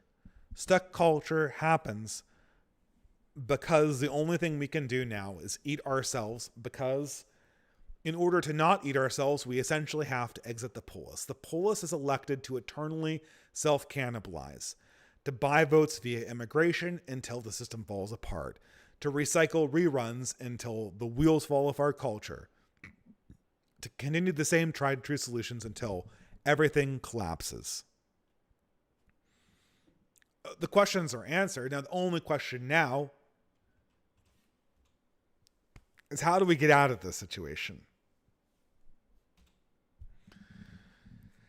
This is the thing I think a lot of people don't understand about the culture war, in that the culture war in some ways is a gift. This is one reason why Compaq and Sohrab Ahmari are kind of eternally irrelevant. Recently, I think, wasn't it Nina Power that got fired from Compaq? I think it was. But if she did, I'm sure someone's going to, no, it was actually unheard, not Compaq. But if she did, it was the best thing that ever happened to her, because the culture war is, I mean, first of all, the culture war is the primary struggle of our age. Why is it the primary struggle of our age? Because the problem in our current environment is not, I mean, it's not a policy that needs to get passed. I mean, you could say immigration. I mean, immigration and debt are the two big crises that that inhabit our world, right? And in some ways, immigration is a form of debt. This is, I think Academic Agent had a video recently called Immigration as Quantitative Easing. But this is actually, I mean, I don't think he even claimed that this was an original argument. This is something that Christopher Caldwell, I believe, was talking about. The Claremont people were talking about 10 years ago. That essentially immigration is a form of demographic debt, because we're borrowing money on the basis that we have an ever-increasing number of workers. And by taking in new workers, we are essentially end running around the need to train new ones, while at the same time backloading the need to eventually pay for their Social Security retirement, which will eventually be unsustainable because we can't import more workers to beat that system. There's no way to get around that. I mean, so debt and immigration are so for people who are not familiar, Compaq magazine is a magazine that was led by Sohrab Ahmari, I think, who is sort of an ex-paleocon. He's had a lot of different hats on. But as of the last 2 years, he shifted from being somebody who talked about cultural issues to being somebody who almost entirely made points about essentially economic issues. The problem is, he doesn't cover immigration and debt, which are the two biggest elephants in the room. They're driving all of the other problems that are endemic in our societies these days. They are the reason why we cannot have new jobs creation programs, because everything is mired in debt and mired in this idea that the market has to keep on going up. Because if the market can't keep on going up, then immediately we'll default on all of our debts because of how we've run the Federal Reserve for the last 50 years. And immigration also plays into that. So the first big problem with Amari's project is he does not take on the two biggest economic issues in the economic sphere. But the other problem is that the culture war is the primary war, because this is a war of belief. It's a war of belief because it's a war to essentially see through modernity, to understand that the promises of modernity are fundamentally false. It's also a war of determining what comes afterwards. And what comes afterwards, after our systems fall apart, we now suddenly have to ask fundamental questions about what's good, what's bad, who's right, who's wrong, who wins and who loses. And in order to do that, there needs to be a standard. This comes down to what Kryptos calls the difference between a first order decision and a second order decision. I don't know if I like the names of those, because I would probably reverse the ordering. But in Kryptos' model, a first order decision is a decision, or a conflict, a first order conflict, I should say, probably, is a conflict where there's agreed upon resolution mechanism. So for instance, I have a disagreement over, a tree falls on my car and I sue my neighbor. There is a mechanism called the tort system through our established courts that can resolve whether my neighbor is at fault for the damages. A second order disagreement or conflict or issue in Kryptos' imagination is a disagreement where there is no known resolution mechanism. This would be, for instance, the disagreement over transgenderism. There is, or specifically also, and more importantly, child transgenderism. There is no way to resolve this problem. Transgender people think that not transing children is child abuse, and I think that transing children is child abuse. There's no way to resolve these things. We're both accusing each other of a horrific crime, and by our own moral systems, we are obviously in the right. The only way to resolve these things is for someone to win and someone to lose, and then to suffer the consequences and to draw a boundary around our differences. That's the only way to resolve this conflict. For that reason, the culture war is the more important struggle, because the culture war is going to determine, or our alignment in the culture war is broadly going to determine what rules we want to have in place, what standards, what moral ethos we want to have in place that will re-educate people and that will create the groundwork for whatever system comes in and replaces the current crumbling one.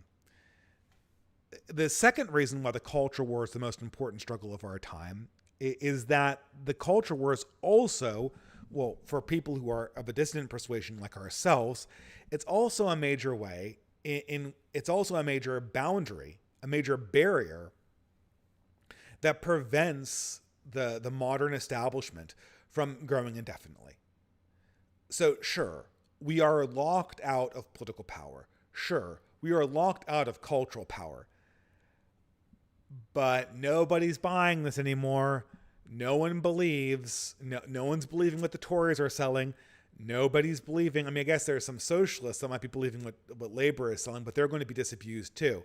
Anyone who has any notion that what's going to be generated by our modern political organs is not going to be some reiteration of boomer political reality. I mean, people were talking about how, Labor is now communists. Now, the socialists in France, they're just communists. It's going to be a communist revolution in France and England. No, it's not. It's going to be this. I mean, they'll tax you more, that's for sure. But there's not going to be some kind of revolution. There's not going to be some kind of major change to how things work, such that the boomers that rule our society aren't going to get their pensions. There's not going to be any kind of reorganization that way. Houses aren't going to become more affordable in England. And life is not going to become easier in France for your average middle class French men and women who are looking to have a family. That's not going to happen, even if they are socialists or call themselves socialists or believe in the cause of the French Revolution. That's not going. It's going to be the boomer social democracy accelerated, and now with a metastasizing case of cancer. That's the reality that you're going to see. That's what you voted for. However, luckily for us, I should say, on the right-wing side of things, there's now a barrier in play. Nobody is believing this stuff. No one's buying this stuff anymore. And there is a space. They're still making Star Wars movies. Nobody is watching them. They're still making propaganda. Nobody is believing it. They're still telling themselves the same story about infinite growth in the World Economic Forum and in EU government, but nobody is buying it anymore. The culture war allows us demarcations to escape from deterritorialization, it allows us to escape from deterritorialization and rediscover reterritorialization. So this is, I've been reading Ibn Khaldun, or I guess really a summary and an abbreviated Ibn Khaldun. The original Ibn Khaldun is impossible to get through. So I know it sounds kind of mid-witty, but the historian interpretation plus an abridged version of his work is the best that I can do. And this is something that Spengler talks about a lot, about the death of the city and the reemergence of the nomad, but he gets this from Ibn Khaldun. And Ibn Khaldun is this, he's this North African, he spends his life both in the Iberian Peninsula and in Egypt. He's obviously a Muslim, philosopher, judge, bureaucrat, historian. These people all had many, many hats. He worked many different jobs over the course of his life. But he was very, very chiefly concerned with the growing Islamic suspicion, and this is something that was sort of a crisis in Islamic world, that they occupied, that the Islamic civilization was much less and much weaker than the civilizations that had occupied it before. Obviously, this is not what Islamic history teaches. Islamic history teaches everyone that everyone was ignorant and stupid before Islam came. But in North Africa, there was evidence of much more advanced and rich civilizations that had been, in many ways, abandoned and consumed by the desert. Now, whether this is cultural or geographic or some combination is not really for me to say here. But Ibn Khaldun believed that this, in a sense, embodied a cycle of civilizations. And you can see how this feeds into Spengler, where the city becomes decadent and destructive, and it sort of farms out its vital energy to nomads. And in the process, it eventually cannibalizes itself and then needs to be reconquered by the people that it essentially shunned, or that were simply on the outside of it. I think Ibn Khaldun, he was very well known for using nomads as an example of this. The interpreter, the translator of my own work, says that this was just, he didn't actually mean like literal Bedouins. He meant everyone sort of on the outside of society. So I certainly would include here in the nomad category the people who are literal nomads, but also I would say two other groups of people, the kulaks and the troubadours. So these are people who are, for whatever reason, on the outside of society. They are no longer in the self-cannibalizing polis for a variety of reasons. There's no more wealth there. There's a spiritual objection. Maybe I should have replaced troubadours with monastics or religious objectors or something else like that. But these people are on the outside of the self-cannibalizing polis and are essentially tasked with trying to find some other new mode of existence. What characterizes these groups? Here, I'll go on to the next one. And this is something that I'm probably going to write an essay on this to further develop this talk, but this is a dynamic I've been realizing for a long time has been emerging on the distant right, or really in all distant spheres, is that almost every single talk at the OGC conference last month focused either on one of two things or one of three things. They were all largely focused on ways to escape the self-devouring society that we live in, but they all fell in one of three categories. There are people talking about nomadism, essentially coming up with alternative ways of interacting with the mainstream society, which the mainstream society couldn't catch, staying ahead of them legally, changing locations, chasing opportunities that were not strictly considered inside the system in previous times, looking to create alternative networks online, becoming kind of a digital nomad, so to speak, and also being kind of impossible to track. Alternatively, and the second way to look at it was, well, we're not going to be too fast. We're going to be too deep. A large number of the talks at the OGC conference focused on developing tight-knit connections to the land and history itself, such that you were the only person that was native to an area, and you were the only person that had a working system. So, for instance, a certain number of talks were given to how Americans established themselves and sort of had an ethnogenesis on the North American continent. And deep roots to the land kept the same people who were working there and living there and growing there and raising new families. It kept them there generation after generation, even when many wars and armies passed through. This is kind of the Kulak way of dealing with the problem. We're so embedded and we're so generative that you can't possibly uproot us. And we've got systems that can operate independently from yours. So, I mean, this could work, and to a certain degree, even with mass migration, because migrants into these countries tend to adopt the culture of the self-cannibalizing polis. They have the same low birth rates. They go into the same IQ shredder. They go into the IQ shredder even if they don't have particularly high IQs.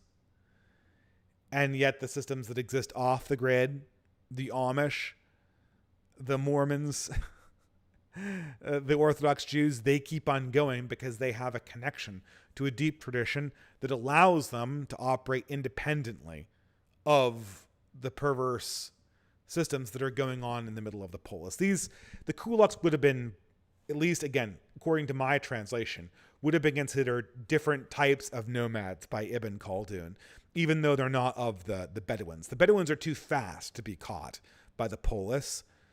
The peasants on the hinterlands, the kulaks, are too deep. There's a third category of ways to escape the system that we discussed at the conference, and that was to be indiscernible. To have your own language, to talk in a way that is not something that the mainstream can really understand or read. This is the path of the troubadour. This is the path I want to explore further.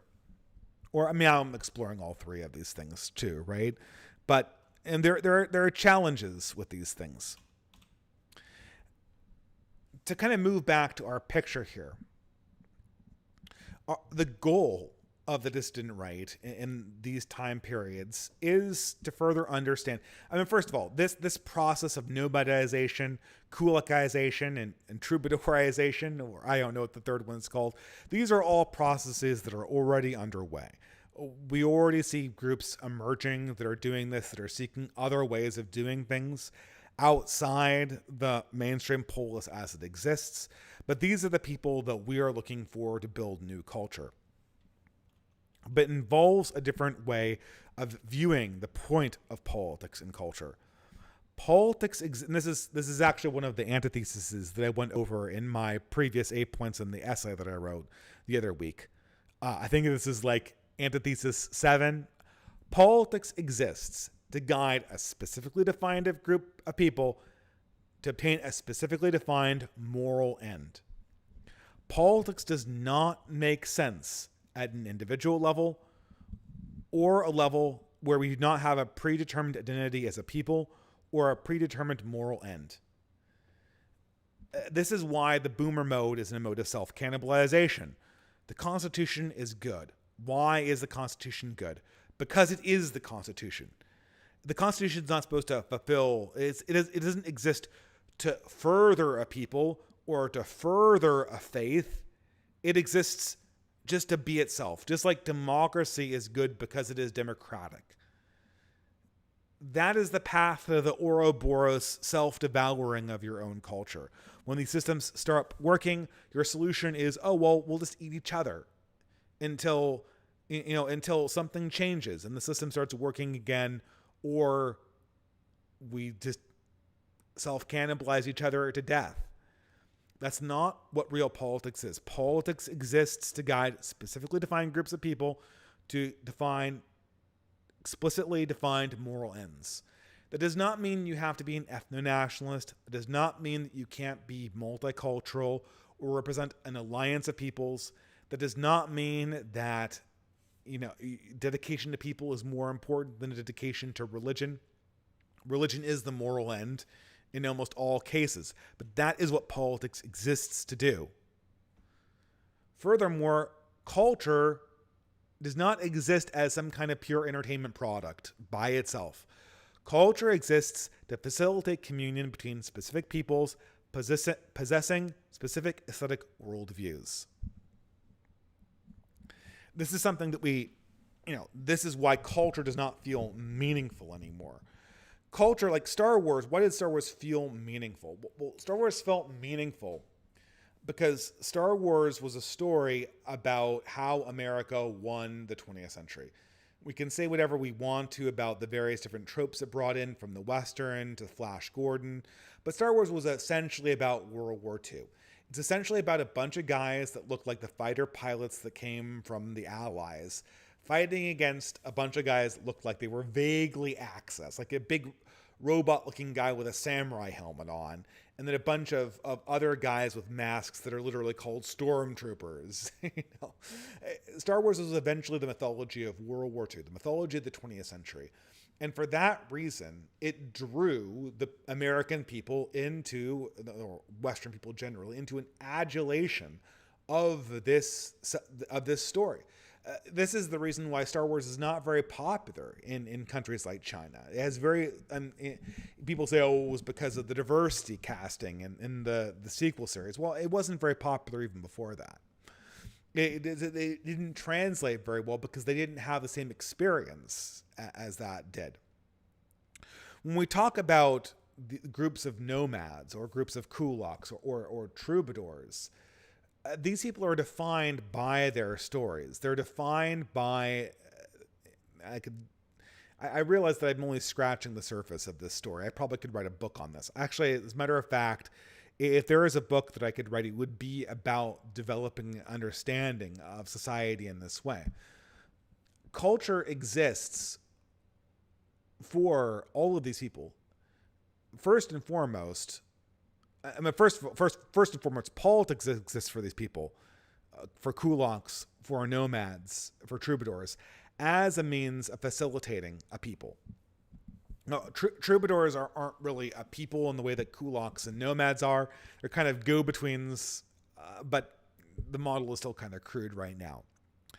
Culture exists to facilitate bonds between the people themselves in a community, bonds between parent and child, the generational divide.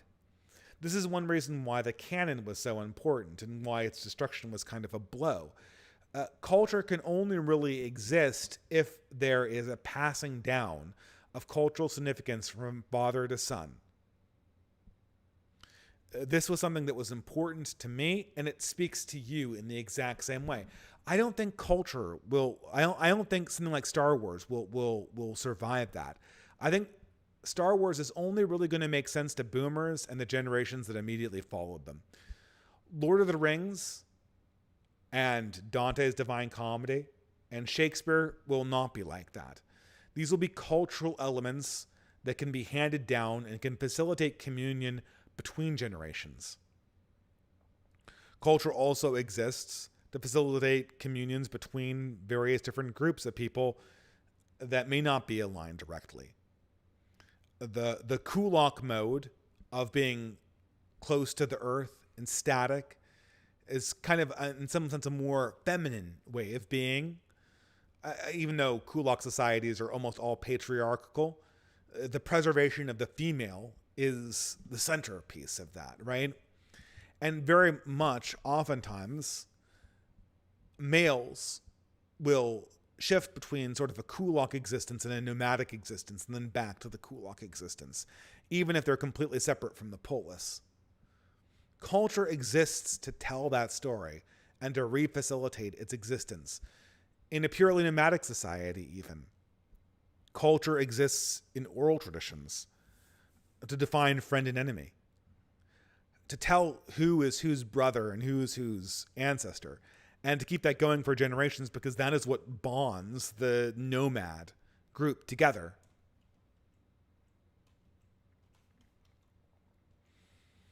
I have these in reverse order. I did want to kind of talk a little bit about the challenges of these modes of thinking, and I know I'm going late. I think it's 12 o'clock already. I started at 10, so this is a very, very late live stream. I obviously just scratched the surface of this, and I could talk indefinitely about this, but I see people kind of starting in on these projects when you look at people online, and they're either starting kind of political organizations that are designed to be very, very quick, very, very fast, and are largely comprised of young men, or they're having cultural, artistic projects, or they're projects of homesteading and of deep connectedness. And I see a number of risks and problems with all of these situations. And, this is something that I talked a lot about.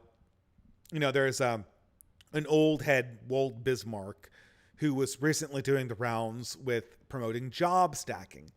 And his big thing was, we're going to be pirates, and we're going to pirate woke corporations by essentially doing multiple remote jobs at the same time and stacking multiple salaries one on top of each other and getting rich that way. And that's the way that we're going to be, and this is, again, I think, I'm very, very skeptical of job stacking, and I'll go into why.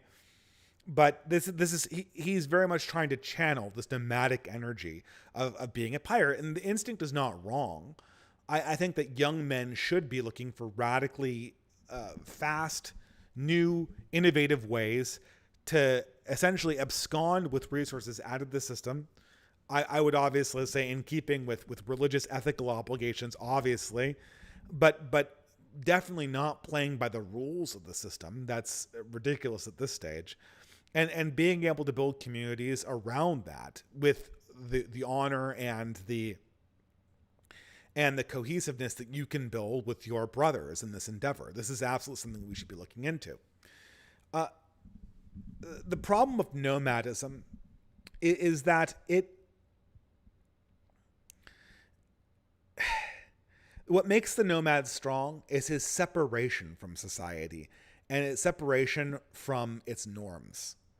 And the brotherhood he necessarily has to have with his fellow nomads against both the adversarial nature of the broader polis and also the elements of the natural world. The problem with nomadism in the modern world, and what I see with a lot of these projects like job stacking, is sometimes you can be robbing.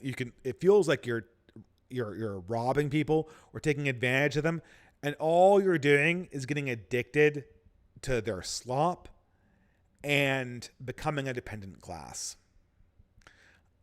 For instance, you could cheat the system and be a nomad by just going on the dole and playing video games all day. Are you living nomadology by doing that? Of course you're not. You're becoming a client class to the regime because they now have you dependent on them. The nomad only has his vitalistic force by being fundamentally independent and adversarial. And if you collect the dole and play video games and don't develop the strong bonds of brotherhood, you're not actually participating in the vision of separate vitality, an exit from the self-cannibalizing system. You're playing into it. And this is my great concern with the job stacking phenomenon. Like, I can, the problem with job stacking is it's fundamentally dishonest. I mean, it can be done in an honest way, like if you're really careful. And so I don't want to rule it out. I'm not saying if you're job stacking, you're necessarily cheating people. But most of the time, you kind of are. And the problem is that, while I don't really see any necessary moral reason to be ethical to corporate America, being dishonest becomes a habit. And it's a bad habit. And being dishonest long-term is bad business. So if you inculcate a spirit of dishonesty in yourself, in your business practices, you're going to be hurting yourself in the long term. So I can see job stacking as something you do for a little while before you're able to start your own business, but I see it as a bad long-term proposition. The second reason why job stacking is something that should be highly suspicious is that it is essentially slop. It is essentially making yourself dependent on the decadence of the state.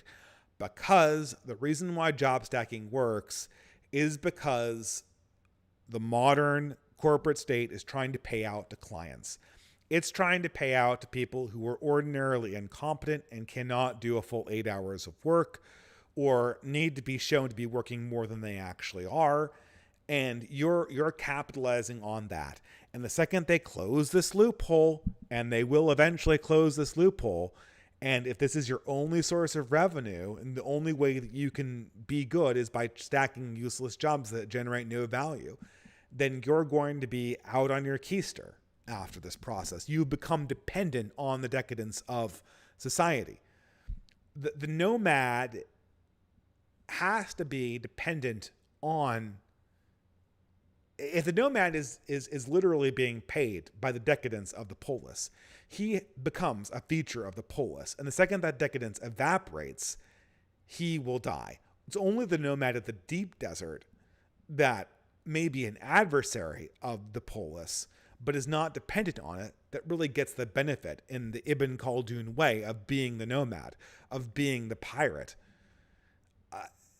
And this kind of becomes clear, in Walt's most recent article. He talked about moving from job stacking to be business owners or co-owners of businesses. Well, dude, if you go from being someone who's stacking jobs to being a co-owner of the business, the job stacking is detracting from the business. So now all of a sudden you're in a position where you're facilitating job stacking to being one where your interest is in defacilitating job stacking. There can be no honor among thieves in that regard, because now all of a sudden you're the owner of the polis's wealth, in this case, or the corporation's wealth. And you're not going to be facilitating your brothers who are robbing from that same corporation. And it may indeed be the same corporation if it's a large enough one. So there's all sorts of really bad conflicts of interests that go here. The way to be a nomad is to develop some revenue stream that is legitimate or illegitimate, is completely independent from the decadent aspects of our own society. It's an actual value stream. It actually deals with resources. And while it might have to deal with the modern society in some ways, it does not flow through one of their core decadent avenues. It is a legitimate way of making money. That has to, and I'm not saying that we can necessarily do that right off the bat for people who are pursuing this kind of nomadic way of approaching the problem, but the ambition has to be all endeavors that make money off of the decadence of our society have to be short-term endeavors. The real long-term places we put our money always have to be things that generate real value, that deal with real resources, and that deal with them in an honest and transparent way. That is the only way that you can build long-term wealth, and more importantly, long-term brotherhood, which is the core vitality of the nomad. If the nomad is a dependent, flighty person, he's not a nomad. He is a Dalit. He's an underclass. He's a client. Going back, the kulak. What's the problem with the kulak? What is the risk of the kulak? The risk of the kulak, the big problem with this lifestyle. So this is what I'm talking about here. Are people who are, kind of trying to do what I'm doing, building intergenerational communities so that we can help each other and build wealth and raise families. And although there's still something that's very nomadic about me, because I still feel like I'm a man without a country. Still, the strategy is to kind of go deep and intergenerationally, and build the solid systems that will outlast the storm by going by kind of existing at a level that is too rooted to get blown away. The problem with this mode of existence, the real risk, is that it is essentially the food that the great Ouroboros wants to live off of. The civilization that we've developed lives off of kulak blood, and it will always want to shovel more young people into its giant IQ shredding maw. The core risk, and this is a risk that needs to be confronted with our efforts towards culture, is that the desistance of our young people towards the mainstream needs to be lessened. We need to be able to see ourselves as separate, and the things that it offers have to be culturally rejected by our value system. Our aesthetics have to be fundamentally incompatible with that of the polis. This is something that, again, the culture war is the great utility of the kulak, because it keeps their own value system separated.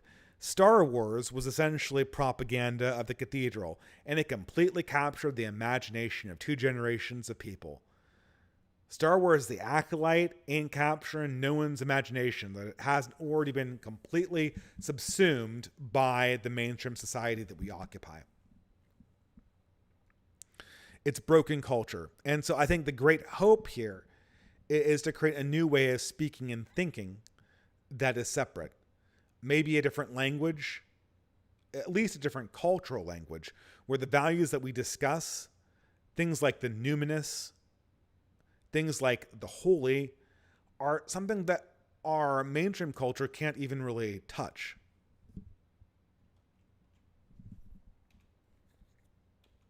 These out of order. Finally, the challenges of the troubadour. The troubadour is in many ways the go-between between the nomad and the kulak and the polis, in the ideal romantic sense. And I don't know if this is even true or not. The troubadour carries with him a vision of a society that will come into existence before it actually does come into existence. An understanding of something that should be, and it's kind of made real by his premonitions, his cultural way or religious way of understanding the greatest parts of the society and the greatest parts of the old world and fitting them together. The risk culturally for the troubadour is that he is going to be co-opted. And this is some big problem with this AI stuff too. People are talking about like AI art as a way of getting a dissident art scene up and coming. This can't really happen. The reason why it can't happen is that AI as a tool is a way that the mainstream essentially smuggles in its own preconceptions to you. The great beauty of art is in the details. It's in the small things that it communicates at the most detailed level. All AI does is take things that already exist and recombine them, and then recombine them in ways that are seen as being morally good by the status quo, and then feed them back to you. It's a way to get more culture, not different culture. And more insidiously, what AI does, and I guess most information technology does this, TV does this too, is that it feeds propaganda subtly to you that you're not aware of. Except in the case of AI, it's much, much, much harder to track. Therefore, I see this project that a lot of these elite human capital people have of using this stuff. If you want to use it for character models or for cover art when you can't afford an artist, I mean, that's fine. That's what everyone does. But as for creating something that's lasting and meaningful, that will be the basis of what your product is, using this as a tool is very, very difficult because it embodies the great challenge of the troubadour. The great challenge of the troubadour is to not sing the songs of the city. The great challenge of the troubadour is to translate the truth of the nomad and the truth of the kulak and the truth of the old world that the Poles is trying to forget, and make new songs that go against the establishment, that prophesy something that's different than what we have right now. And the AI Ouroboros is always going to feed us the songs of our own civilizational Ouroboros. It's that simple. The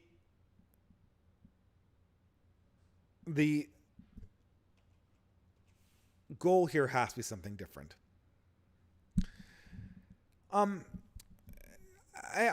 This is sort of a haphazard live stream. It's definitely one that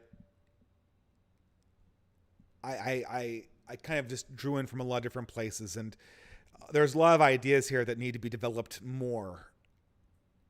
But this is something that I came across the other day about hobbies, and this is something that I've been thinking about a lot, about culture and hobbies and spiritual significance.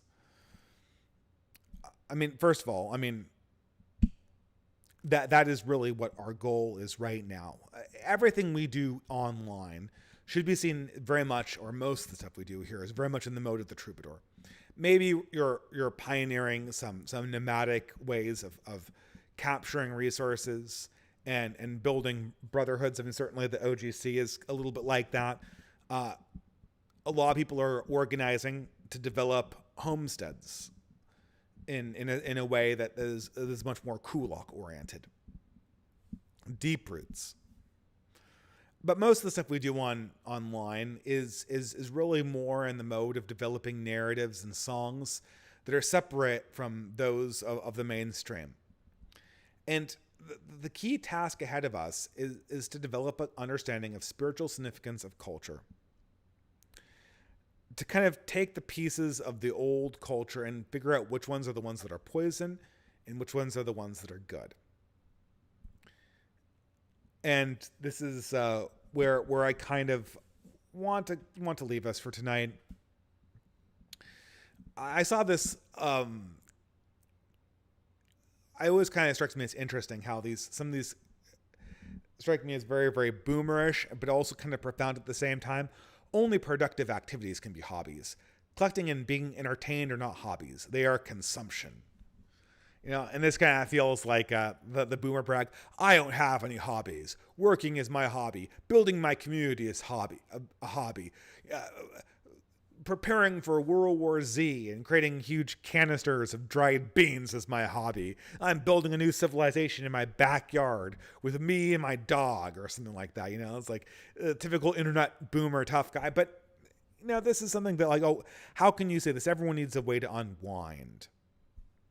Okay, but we need to think about these things differently.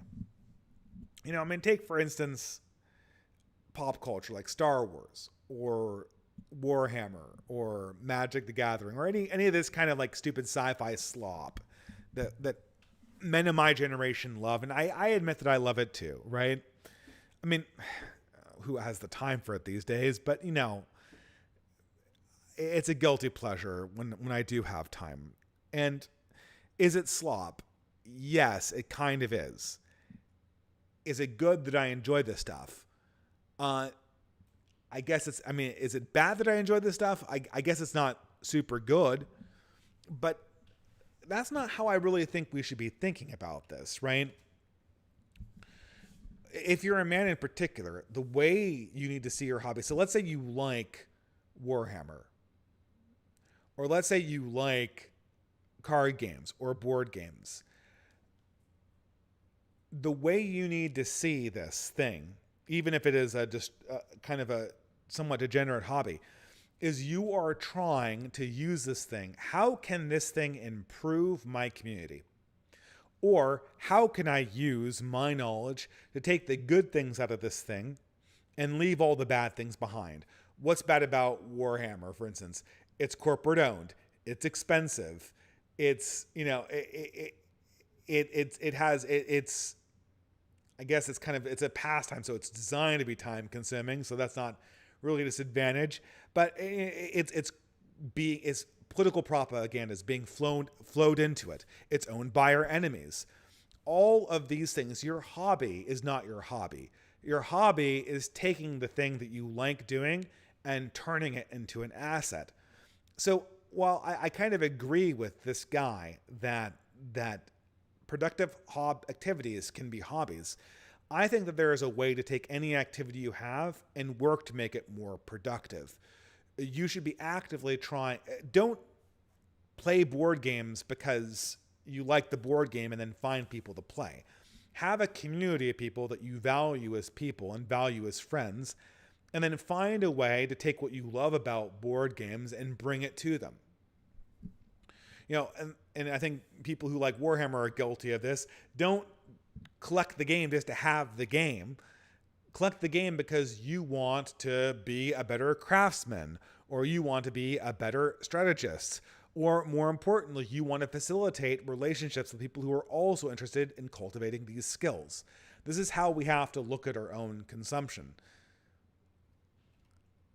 This is also the reason why the way I see this, the kind of true nomadism of our moment is sorting through the scraps and finding the little pieces of spiritual significance that we have bequeathed to us. Boomer culture is dominant. The culture of the 20th century is dominant, but there is so little of it that's actually going to be relevant anymore. There was this big brouhaha with George R.R. Martin. He has this other idiotic thing about he always takes these digs at Tolkien that are just so ill-conceived. It's kind of ridiculous. And but George R. R. Martin is going to be completely forgotten after this generation. His Song of Ice and Fire, it has its moments, but it's completely irrelevant because there's no animating spiritual force behind it. Whereas I was just reading the Silmarillion, and I'm reading my wife, The Lord of the Rings, and I talked to a family member about reading his son, The Hobbit, recently. He's about that age. And you just realize rereading these books that there is so much cultural richness in these things that they almost have a sacred quality to them. This book will be something that I can hand down to my son, and my son can hand down to his son. This is I know that Tolkien is not yet part of the canon, but I think he functionally is at this stage just because of the role he plays in our society. This is an element of culture that we can trust and feel good about. There are little pieces of culture everywhere, even in the most degenerate hobby. Well, maybe not the most degenerate hobby you can imagine, but even in the hobbies that are ordinarily considered degenerate, there is a core goodness to them. And our roles as kulaks, as troubadours, as nomads, is to abscond with that which is life-giving and true and good and beautiful, and preserve it, and then cast aside all the detritus, and then build from that, and create brotherhoods and sisterhoods around preserving those things. That's the objective. That's the task ahead of us. And with that, I'm going to close this lecture portion of the stream. It was I don't know if this was a shorter one this time, but it was certainly a less planned one. And we'll go to an intermission and then going on to Super Chats.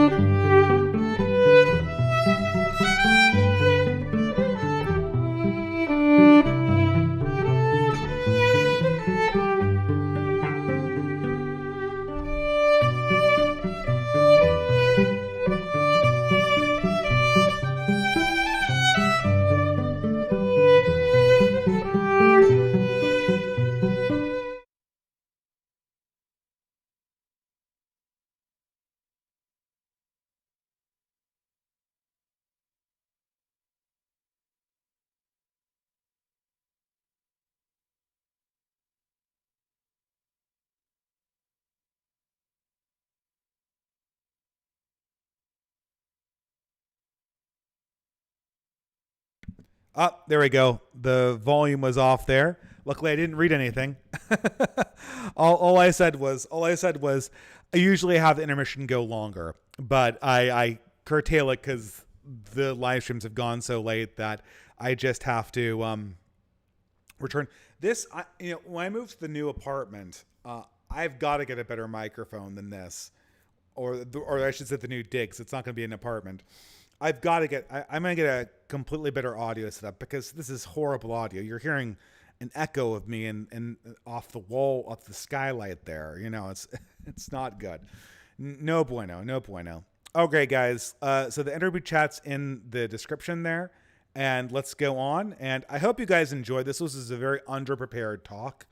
The ideas were things I'd been working on, but I hadn't outlined it enough to really go in depth. So I appreciate your patience with this one.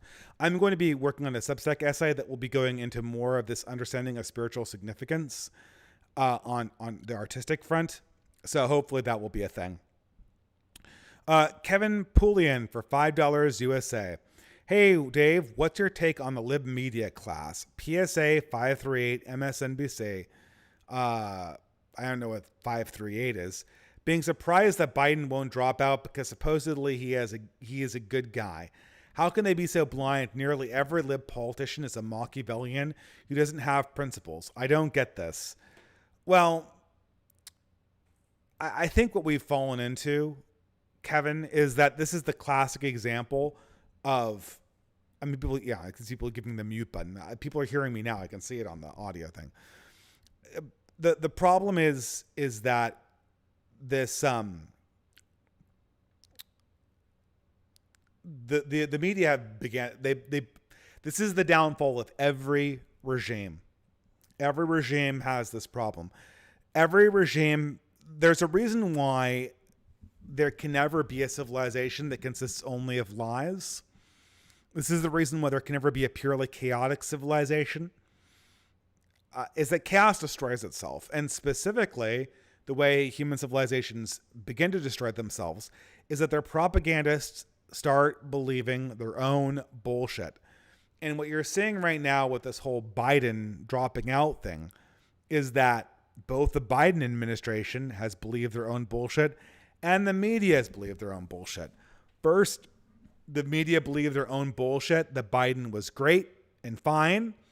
And then when it was obvious that he wasn't fine, they freaked out and they believed their own bullshit that said that they could essentially substitute in just any old person and they would beat Trump.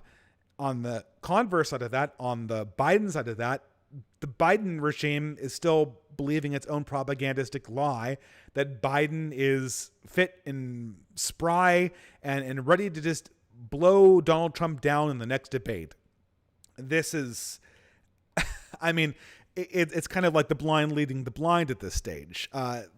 There is no cohesion in this operation because both sides think that they're the tail wagging the other person as the dog. And usually they operate in tandem, but in this instance, there's no ability for one side to kind of take charge of things and come to a consolidated narrative. So I think it's actually simpler than you're making it out, Kevin. I think that's more or less what's going on, and this is actually the best situation that could possibly emerge from this, because now we get a chance to discredit the academia and media establishment while at the same time having an incredibly weak, imagistic ruling class. Even if Trump loses, we'll have an incredibly weak ruling class.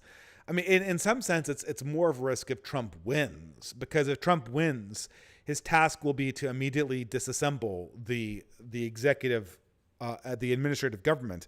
And I don't think Trump is up to that task at all. Christopher Myers for $25 USA. Evening, Dave. First time donation. I was wondering if you have had any advice on building communities around physical activities. I'm a young man in my late 20s in Richmond, and I'm trying to build a social community around traditional American swing dancing like Lindy Hop. I've had some decent events so far, but I'm still struggling. Well, I think that's great. I mean, dancing, I've had a bad experience with dancing. I mean, if it's working for you, more power to you. We definitely need that. The problem obviously is in partner dancing, you need young women, and it's oftentimes hard to recruit them. And moreover, uh, young women aren't going to make the best political allies for young men. I'm just saying, right? And there are base women out there, and it might be a good way to meet a mate. Who knows? Typically, though, young men, if you're not interested in dancing just for the hell of it, then it's probably a bad place to meet girls, because it's very transparent what you're trying to do, and women don't like that. It's much better to kind of develop competencies of your own and then use those as part of your own persona. But yeah, I mean, sports would be an ideal activity. Weightlifting is an ideal activity. Now, I obviously have a back problem, so there's some sports that I can't do, but I definitely would love to play to use something like tennis or weightlifting or exercise or hiking. Hiking would be a particular good one because anyone can hike. It's very, very easy to break into parties that are really into it and going at a fast pace, and then a slower moving party. So, there can be different groups, and it's a great thing overall. It also gets you connected to the land as well. So hiking groups are also, I mean, a Sierra club for people of our persuasion would be a next excellent step that we could take, given on what we've already built through basket weaving and the fraternal organizations that are emerging in the wake of basket weaving. So there's definitely that. I think that's, I mean, the problem with dancing is it can be very dominated by women, which is always a problem. But if you can make it work, an aspirational goal for us is to hold like a gala. I mean, I don't know, that sounds like bougie and incredibly blue state of me to say that, but to have a gala with mixed company that could have dancing in it, like good dancing, the kind you're talking about, that would be an amazing cultural phenomenon to put on. I don't think we could pull it off right now. And nor do we really need to. It would just be kind of a weird cultural flex. Right now, we need to get the fundamentals down, which is young men in societies that are focused on affecting change in their community and also advancing cultural projects of their own. Batman Bad for $3 USA. Hey Dave, how are you? What's one thing this year that really gives you a lot of hope for small changes in the next 6 months? Well, I mean, what gives me hope, well, I guess I'm kind of, what gives me hope is that people are starting to create their own events that are not put on by the core group of OGC and Beowulf people. They're actually spinning them off, which is an amazing event. And the thing is that I was really promoting the hell out of basket weaving in late 2023, early 2024, or really all throughout 2023. Because of personal events, I've really lit up on the promotion of basket weaving. And it seems like it's still going, right? Even when I'm not pushing it. I'm going to get back on the promotion of basket weaving and community building as the summer goes on. But right now, as I've alluded to, I'm in the middle of a move. And so when you're in the middle of moving out of your house, community building is like the last thing on your mind, especially if there's other family issues going on in the background that I'm not really at liberty to talk about, or I wouldn't rather talk about it, I should say. But once these things resolve and I kind of get myself planted again, community building is going to be the next step. And, I think that the work done by the OGC has been really, really encouraging. Insofar as, there's kind of two simultaneous conversations happening. There's sort of the red state world in which you can see this at the NatCon conference that's going on. NatCon 4 is going on in Washington, D.C., right as I'm having this talk. And NatCon is the embodiment of red state America and the Beltway establishment conservatives slowly talking themselves into being more rational about politics generally. And of course, Orrin McIntyre is there talking about his new book, The New State, the Total State, which is kind of a reification of a lot of stuff, a lot of concepts that have been kicked around this sphere for a very, very long time. Now, there's still a lot of problems with the NatCon perspective. There's a progression going on there. And dialectically, the normie cons don't really have any answers for any of the objections that we bring. There's no other side of this dialectic once the stronger forms of our arguments are brought to bear inside of a conversation, and they can't lock us out anymore. They just can't. We're too big to get locked out. Eventually, we're going to bust down this wall and become the conservative establishment at some stage. Or not us, like me personally. Our ideas are the future of the conservative movement. There's no other way around it, intellectually speaking. But then there's sort of a converse method where Blue America, and really, I mean the elite version of Blue America, is getting really, really, really, really disillusioned with progressivism. They're really tired of it. Now, I was talking to Jay Burden about this on an impromptu live stream we did because I was jet lagged and traveling. And this is like in the middle of the night on the West Coast and no one was up but me. So I'm like, oh, what am I going to do? I'm wide awake and it's too early to get up. So I talked to him for about an hour. And one of my big disappointments is that progressives are really disillusioned with progressivism, but they're not leaving progressivism. And I mean, some people are. There are defections. There are kind of like the Red Scare, Dime Square scene, but it's still slow. I think that if Biden wins, there will be a lot more defections from Blue America into a post-left pose. And they'll begin seeing Red America as not their primary enemy, but their primary objective being the revivification of their own communities and the reconnection to something that's deeper culturally. And once we get into a post-left mode, that's when the next step can happen at a macrocosmic level. More from Batman Bad. You said something interesting in your recent essay about Nietzsche's death of God idea. The modern state is to doubt. Can you expand on this? Yeah, so the sort of nitwit way to imagine the death of God is like, this just means that Christianity and Islam are defunct, and now we have to be base secularists. That's like the Fedora way of interpreting Nietzsche. And indeed, there was something that was a little bit Fedora-y about Nietzsche. He was a big opponent of Christianity. And I think he was wrong about Christian history or about the interpretation of history generally. But I don't want to say that. But I think the bigger critique, the reason why Nietzsche is not known as a Fedora, like this some kind of weird Christopher Dawkins character, is that he has a substantive critique of secular justifications of morality and epistemology that come out of Kant. That is the substance of a lot of his writing in Beyond Good and Evil and Thus Spoke Zarathustra, although it's allegorical in the latter. And so in the context of that, when Nietzsche talks about the death of God, he is not simply talking about the end of Christian morality, but the end of Christian morality given a secular or atheistic backing, as you see in someone like Kant,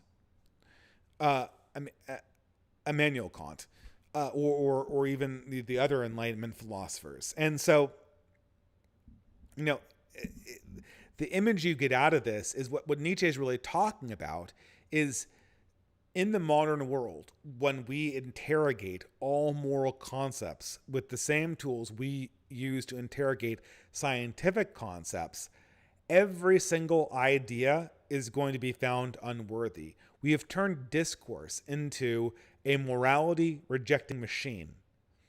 So any kind of proposition is going to be subject to doubt immediately. So I've read the arguments for the existence of God and the arguments for the resurrection, and I've found them compelling. But if I'm not looking at them every second of every day and thinking about them, my mind immediately goes back to like, well, maybe it didn't happen. Maybe it didn't happen.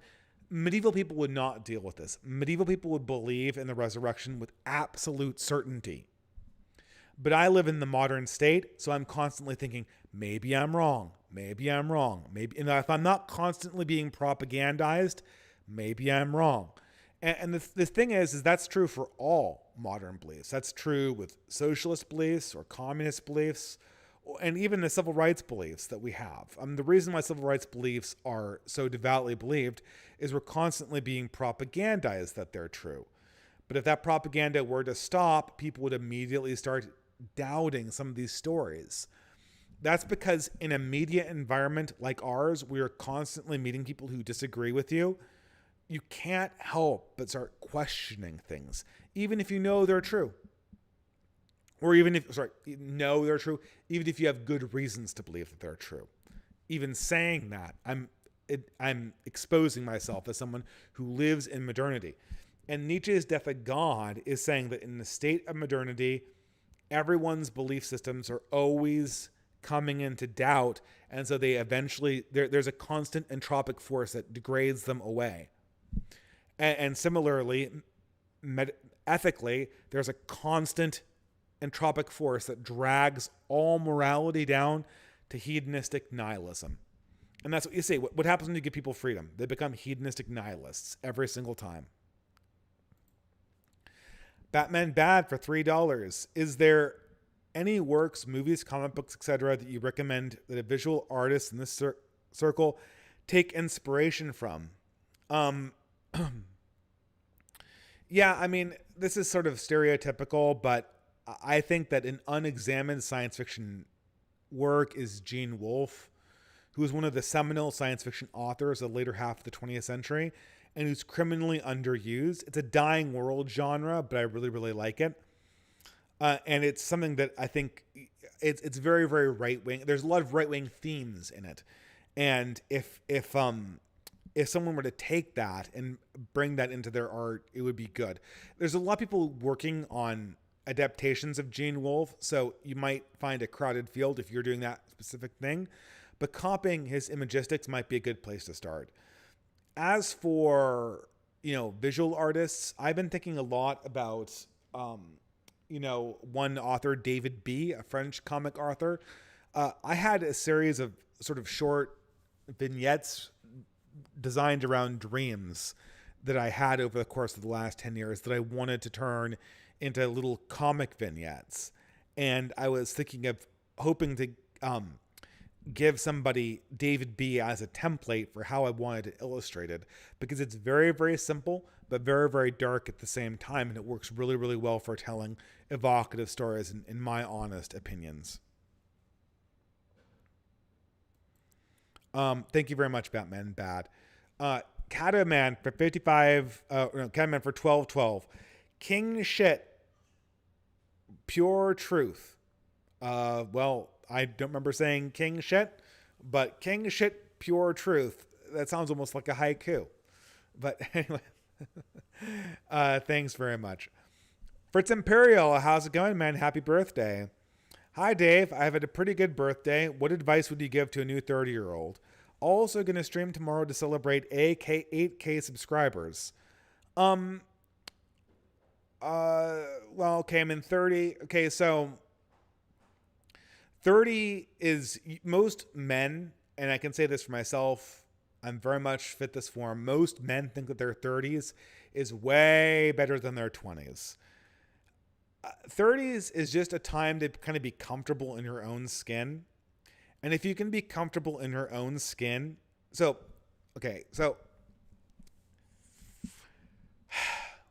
how should I put this? As a young man, your youth is useful to you because you're able to learn new things and you're able to take risks. Your youth is not useful to you because you haven't achieved anything and you're really insecure and you're not comfortable in your own skin. This is the dilemma all men have.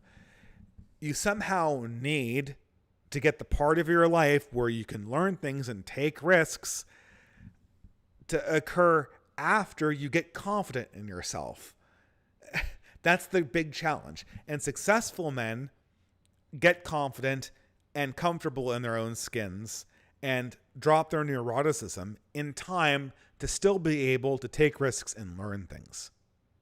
So as you're going into your 30s, you're going to feel, hopefully, that a lot of your neuroticism and insecurity is dropping away, and you're just kind of comfortable with things being the way that they are. Hold on to that confidence and comfortableness, and hold it in tandem with your curiosity, your risk-taking, and your ability to learn new things. If you can do that, you're golden. Learn new skills, take risks, and be confident and comfortable with yourself at the same time. If you can do that, the world is your oyster in your 30s. And if you can do that, it will also help your prospects in other dimensions, especially with the opposite sex. Because the opposite sex, confidence and non-neuroticism is one of the principal things that they're looking for. And being open to new endeavors is one of the most important things to kind of cultivate. Having firm morals while still being open to new opportunities is the golden ticket in the modern world. If you can do both, if you can hold those twin virtues in tandem, you'll have a number of new opportunities come up to you, I think, in your 30s. And that's what the 30s are all about. Michael Cruz for $50 USA. Thank you again for your work. Praying for you and your family. Here are $1 for each stream. Hope many more. Well, thank you very much, Michael Cruz. I'm not going anywhere unless I die in an accident. So hopefully Fiddler's Green podcast will have better audio environment soon. I hate having this gaping abyss in back of me. So it sounds like I'm speaking from a cave, which I kind of am. But thank you very much. Vegas77, shocked at the boomers that latched on to once you get out of the cities, the gas stations are filled with young women. Oh yeah, I was going to mention that. I forgot to mention the gas station GF. It's like none of these people have ever been replaced by foreigners. It's like, no, these people have been replaced by foreigners. It seems like cope that there might be still large sections of the U.S. that are untouched by immigration. And those young women are very protected. Yeah, I mean, exactly, right? The young women that are still in rural communities are in communities that defend them. And that or in some sense are insulated from outside pressure. They're not people that can just be picked up by this is this absolutely brain dead boomer life advice. Where like, you gotta get out there, go on a road trip, and then hit on every single woman, from here to Timbuktu, and then one of them will be your wife, and then drop whatever she has going for you, and then join you in whatever non-job you have because you took 2 months to go across the entire continental United States and go into every gas station along the way. It's like this ridiculous fantasy of an America that no longer exists. It's just, I don't know. I mean, the boomers have to convince themselves that this is the reality because otherwise their lives don't make any sense anymore. And I mean, and they don't want to do that. They don't want to acknowledge that this is the case. Chris Maki for $50 USA. Godspeed to you for the move back to the land of smoke and loonies. Well, I guess I am moving to the land of loonies. Maybe not permanently, but certainly for the next few years. More seriously, thank you for the point of sanity in my day-to-day of university. Well, yeah, Godspeed in the university. As generations grow older without starting families, as generations grow older without starting families, do you expect adoption to become more common? It could be a small silver lining if it could. I guess so. I don't expect the millennials to be big adopters. Maybe I'm wrong about this. But I mean, who are they going to adopt? I mean, what millennials want is they want people who are going to imitate their lifestyles. And raising children is a hugely self-sacrificial task. And raising an adopted child is an even more self-sacrificial task. That's one of the reasons why this gay surrogacy thing always really struck me the wrong way. Because you have these pictures of these men, and these men are they exhibit way more dark triad narcissism than I ever would, right? And they are taking these babies and holding them up with these big smiles, like they're so eager to have it. I remember having my son, and I was scared out of my gourd. I was so scared that I would screw up. The last thing I wanted was to go like, was to pull the soy jack face in front of of a camera with. And so the most narcissistic people in the world are engaged in an act of altruism, and that doesn't seem likely, right? And it doesn't seem likely with this gay male surrogacy. And with these millennials, a lot of them are very, very narcissistic people. I don't think that they'll seek out parenthood. I think they'll seek out politics or any other kind of endeavor that they see as an avenue for self-edification. We'll see what happens, but it's gonna be wild. Soul Gamut for $25 USA. It's right there in the word. Nothing and wholesome, because we are not whole. Many boomers pimped out the future for a quick buck. The 60s promised the impossible to women and others. The culture has consciously turned away from Christ. The sentence could go on and on. Thanks for the stream. Well, yeah, indeed. I really feel bad for the women copers that you see there. I mean, look, we don't need all women. We just need a subset of them who want to join the project, to become loyal to mothers and wives and artists. But it is tragic to see such a large percentage of my own millennial cohort essentially just fade into these weird middle class consumer lifestyles that look really, really, really pathetic and really, really boring too. They're all the same. Gray Smog for $5 USA. It's great to see you back on stream, Dave. Yes, I was going to do it last week, but I got called away on family business, and I'm really glad to be back.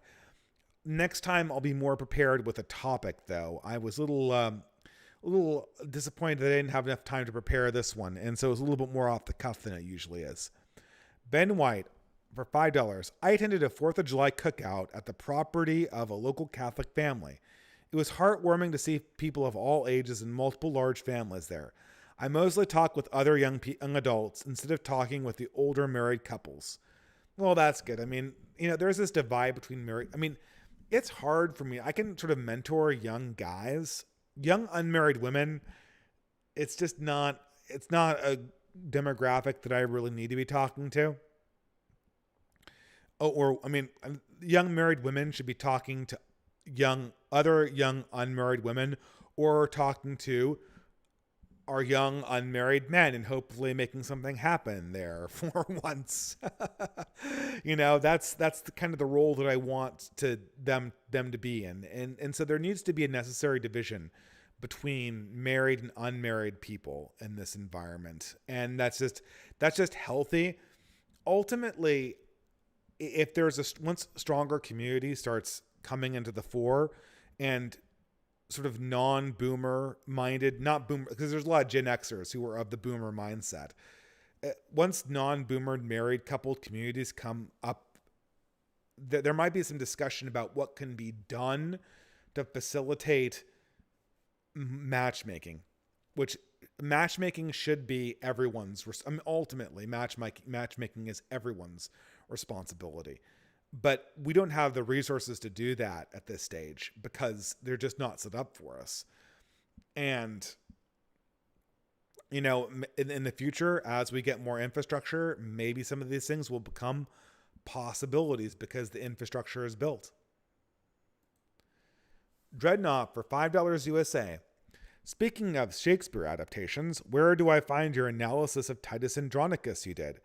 Also, if you're moving back to California, let me know if you are ever up near Gold Country. I'll buy you a beer. Okay, cool, Dreadnought. Well, I'm gonna be there in like a few weeks. um, by gold country, do you mean like Placer County, or am I thinking of something different? Um, Maybe we can connect though. So my discussion of Titus Andronicus is on Last Things channel. It's on his Last Things movie show. So if you buy a ticket for like $13, you get every single creator in the sphere talking about a movie of their own selection. And I go into detail about Titus Andronicus and the great boomer fall of Rome, as I call it. But unfortunately, it's behind a paywall. But you can access it and also support a great creator, my friend Last Things. So there you go. Gray Smog, what do you think of the Prince of Egypt? I love it. I mean, I don't know if it really holds up, but I love Prince of Egypt it was a surprisingly devout sword and sandals Bible story from DreamWorks SKG in the late 90s. Somewhere in between like Ants and Road to El Dorado, I think. I don't know. It was one of those early, late cell animation before everything became CGI. And it was, there were no memorable songs. I guess the one memorable song is Through the Eyes of God, which is sung by Jethro of Midian. But it's a musical version of the Book of Exodus, or at least the first half of the Book of Exodus. And look, the musical numbers aren't very memorable. It kind of whitewashes it a little bit. It's not a perfect story, but I still love the character designs look perfect. The imagistics look perfect. Its depiction of the burning bush is exactly as I imagined it. Sometimes I think my imagination might be a little bit colonized by that depiction of Moses receiving God's revelation in the burning bush. But I still love that scene. I don't think it should have been a musical. I don't know. It doesn't seem very suited for it. But I miss sword and sandals biblical epics. I really do. The old ones were better than the newer ones that were usually done by religious studios. They had more subtlety to them. I don't think that the Daily Wire could get away with doing that very, very well, because the fact that it was religious would mean that they would take almost no risks, and it would come off as being a very uninspired, preachy piece of culture, whereas Shakespeare just wouldn't. They would be more at liberty to take risks with that. But, there you go. Thanks, Grace Smog. Ben White for $5. Should I have talked more with the older adults? A lot of them had 4+ children. One thing I noticed, there were a lot of mixed race children there. German Indian, Viet Polish, etc. The kids were very well mannered. Do you think that this is the future?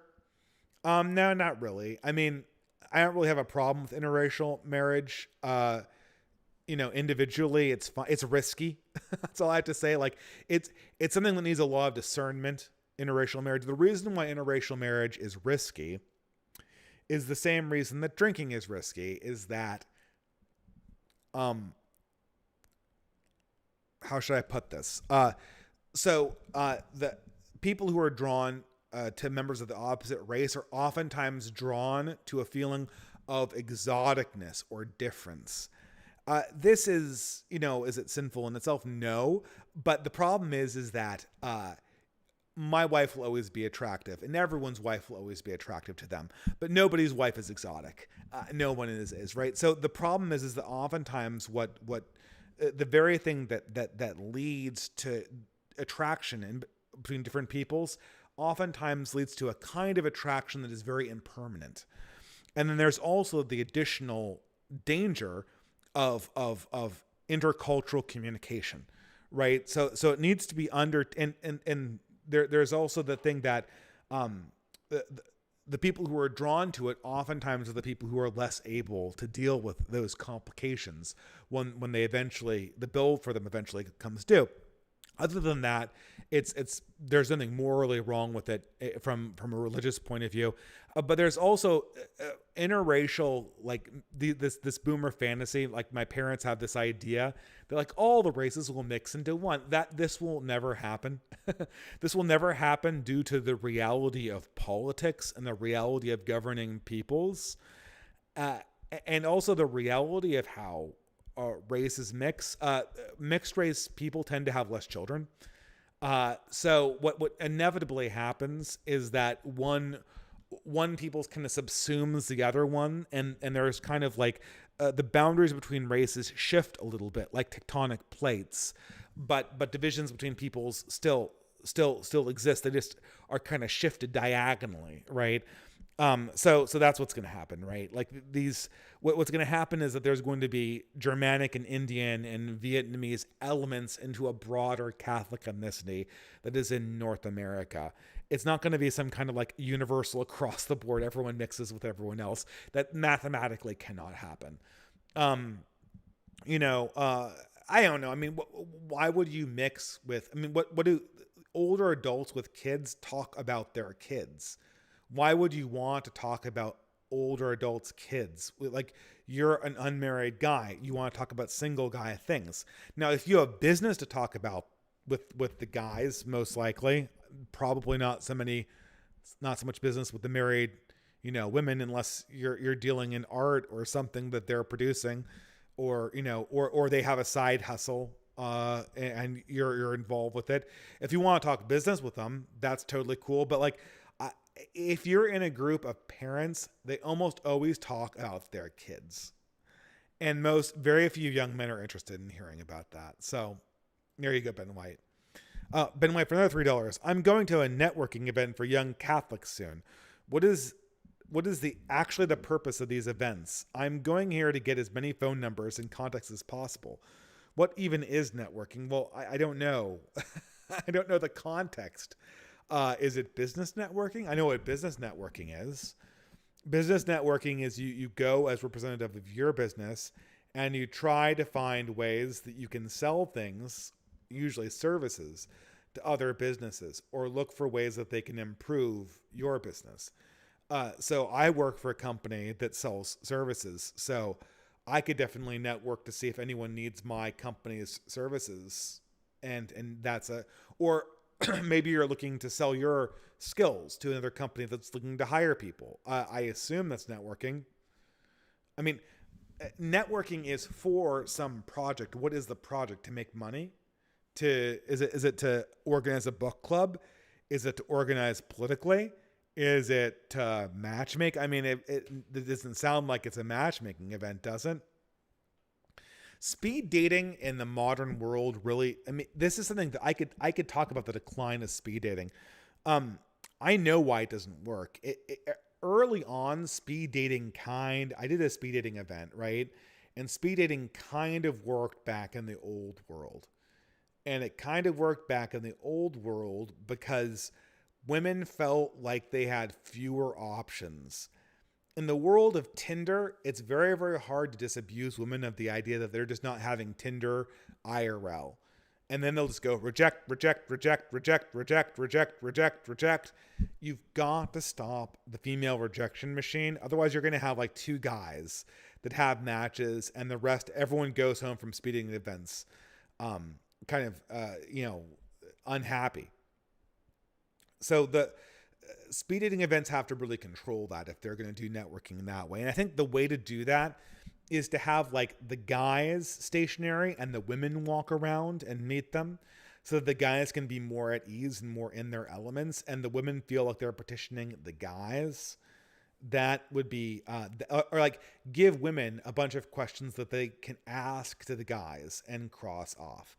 So it's the women interviewing the guys, not the guys interviewing the women. Right? Or maybe vice versa. Anything to kind of make it less likely that women will reject the guys. Because in order for speed dating to work, you've got to stop this female, I'm going to reject every single guy that comes across me because I'm just too good for every single person that I meet that has a pulse. Yeah. I don't know why I was talking about, I was one of the possible meanings of networking, but yes, thank you, Ben White.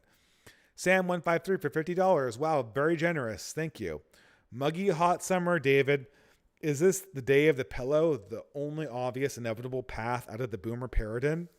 Well, no, I think separation from it is, which is why I think the path of the nomad and the path of the kulak is the way out of it. It's sorrowful as we millennials will lose our parents, but I don't think future generations will think well of their generation. Safe move for your family as well. I mean, look, you don't want to be the person that you do not want to be the person who's an intergenerational aggressor. You can plead with them, you can do your own thing, you can go your own way, but you do not, I mean, I don't think anyone here is literally thinking of killing their parents. And if you are, please don't, and please repent. But I do think that a lot of people are thinking of declaring war on their generation. Never do this. Look, circumstances will be as circumstances are. And you need to be prepared to try to inherit as much of the responsibility as you can from your parents in a way that's not going to totally destroy your life. And if they don't cooperate with this, there's no way you can force them. Sometimes you can go over their head. In some instances, in some times and places, it's possible to go over your parents' generation's head. For instance, secretly going to a priest that has authority over them is possible, but that's rare and very risky. So it's just something that we have to deal with. And I'm losing my voice and I'm only halfway through. So this is bad. Tildo the Yagan for $25 USA. Hey, Dave. Long time no Superberry. Thank you very much. You may want to try using a private VPN. I recommend Molvad to fix your connection issues. ISPs commonly throttle traffic based on its source. If the network is getting busy traffic-wise, VPN anonymize your traffic and improve your priority. Just make sure you switch servers often. Well, that's a good idea. Maybe I'll get a VPN when I move to the new place. I can't stand these disruptions. They're so disruptive. Well, that was redundant, but whatever. Ben White for $3 USA. Shakespeare and Red States. I was reading Romeo and Juliet, and I was surprised at the amount of sexual innuendos. I wonder how the Red Staters would portray these raunchy lines in good taste.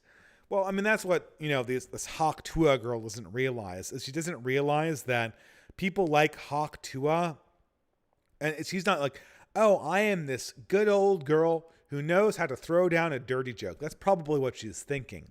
But what she's advertising to everyone who sees her is, my identity is that I am low class and raunchy and a Jerry Springer stand-in. And that's who I am, and that's who my community is.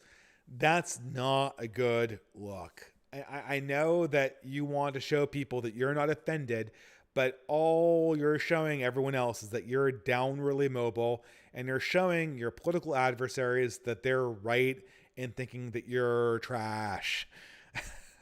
I'm sorry. And I'm sure the Hawk Tua girl is actually probably not, like I said, she's probably not an OnlyFans girl. She probably is just like a good old, Daisy Duke type personality. But you're walking into stereotypes. I don't know. I'm kind of tired of this. I mean, growing up in Blue America, I'm kind of tired of this. Oh, hey, look, people talked about sex in the Renaissance. Ha ha ha ha. Look, the wife of Bath's tale from the Canterbury Tales. Ha ha ha ha. Look, it's in there. People weren't complete Puritans in the 16th century or whatever. I'm so tired of this. There's raunchy dimensions in Shakespeare. There are innuendos in Shakespeare. It's almost always the least interesting thing about Shakespeare. I mean, if you need that to feel vital, that's totally cool. But for my money, the most vital Shakespeare play is King Lear. And, King Lear is a play with very, very little comic relief. I think there is some, but there's not very much. It doesn't stand out very much. It's sort of the bleakness and just the starkness that stands out. Gray Smog for $3. What is the mark of a good priest? Well, obviously, everyone's answer to that's going to be humility. But the mark of a good priest is a seriousness about his mission. Now, I'm not saying that he has to be like dour. There are a lot of priests that have a good sense of humor, and my favorite priests have had a good sense of humor, but they've been able to marry their senses of humor with their mission. And the problem here is that, and I never knew how I would do this, right? I'm not a priest, so I don't have to worry about this, is that like priests have to have personalities because they have to have some life that exists outside of the confines of the priesthood. But the problem is that oftentimes that personality subsumes their sacramental mission. And every good priest I've known has been able to keep those horses, they've been able to let their sacramental mission lead their lives, but not essentially destroy their personalities. Hanger, welcome. $10. Evening, Dave. Catching this late, but wanted to ask if you could speak on why Joel and Matt are two sides of the same boomer coin. It's just the same post-World War II mind virus. Both do not argue in good faith once they sense that you disagree with their core boomer beliefs. Joel being Joel Berry and Matt being Matt McManus, which are kind of two punching bags. Like Joel Berry is kind of more of an Aaron McIntyre punching bag because he's not red state. He comes from California, but he has a red state audience. And Matt McManus comes from a red area of Canada, but he has a blue state audience. And so he's my favorite punching bag. But both of them are just like, it's this chatbot reset. Like, you know the questions they can't answer. And so you can just take them and you could bring them right up to the questions they can't answer. And you can point right to those questions. And then they just retreat to a joke. They retreat to a joke and then they hit the reset button because they know that their shtick relies on them agreeing with this post-World War II mind, like you said, Hunger, the mind virus of post-World War II ideas about how liberal society always has to work and always has to win. It's like Matt McManus spiking the football on democratically winning the election when his preferred party didn't democratically win the election. And the only reason why his preferred party is in place is because a non-democratic result was forwarded. Yet it's democracy, right? It's democracy. It's not democracy. It's cope. It's cope because his own principles are obviously, no one believes them anymore. I guess. I mean, if we're going to be the priests of a dead god, then that's what Joel Berry and Matt McManus are. I just don't know who's still entertained by this shtick. I don't know who it sells to. Possibly people who are still invested in this because it's their core worldview. Pragmatic Culture for $5 USA. As a young Hispanic right-wing commenter once said, the boomers and their consequences have been a disaster for the human race. Is that young Hispanic commentator, Senor Fuentes? The boomers and their consequences have been a disaster for the human race. Well, I mean, it's not really their fault because the boomers were raised by the generation that won World War II. And the generation that won World War II, they were the people who passed all of the laws and made the promises. The boomers just believed those promises and then kept going with them. It's the most natural thing in the world. They took seriously the post-war dispensation. And I think a lot of that post-war stuff was propaganda. A lot of it was kind of said tongue-in-cheek and ironically. But of course, the boomers didn't get that this was ironic and they took the whole thing seriously. And so they forced society to be non-hypocritical about these things that were almost kind of jokes that were supposed to not be taken that far. And, like Nietzsche has said, what exists, I don't know if Nietzsche actually said this in really, but he gets quoted like, what's said by the father in jest is believed devoutly by the son in religion, or something like that, right? And this is one of those fedora quotes you get all the time about how religions develop. I don't think it was true in terms of religion. I don't think anyone ever thought that Jesus was a joke, but it's definitely true in terms of political ideology. And this is also, you can see this echoed in Marx. History repeats itself, the first time as tragedy and the second time as farce. But there you go. Dreadnought for $5. I'm sorry I'm going a little bit fast, but I'm running out of my voice here. Dreadnought for $5 USA. Dude, how is it you can come here? Dude, how is it that you can come here feeling tired and just not into it tonight and then lay out an absolute banger like this? Oh, thank you. God has blessed you. Keep it up, man. And humility and God's grace. Well, thanks very much. I'm glad you enjoyed the stream. It was a little underprepared. Nothing like lifting heavy objects to take me out of the mood of wanting to podcast, but there you go. Cataman for $55, Cataman 55 for $22 USA. Reterritorialization is inevitable. There will never be a based right-wing takeover of the U.S. government /GAE. Centralization and secession are the way forward. Hans Hermann Hoppe is right on this. Well, yeah, I guess so. I mean, reterritorialize. I have a hard time seeing how decentralization is going to work, because we're going to need a counter elite at some stage. So there are going to be sort of nomads. And by nomads, I mean organizations of young men working in concert who are deterritorialized. And then there are going to be kulaks who are reterritorialized coalitions. And those and the communion of those two groups is going to create a new space.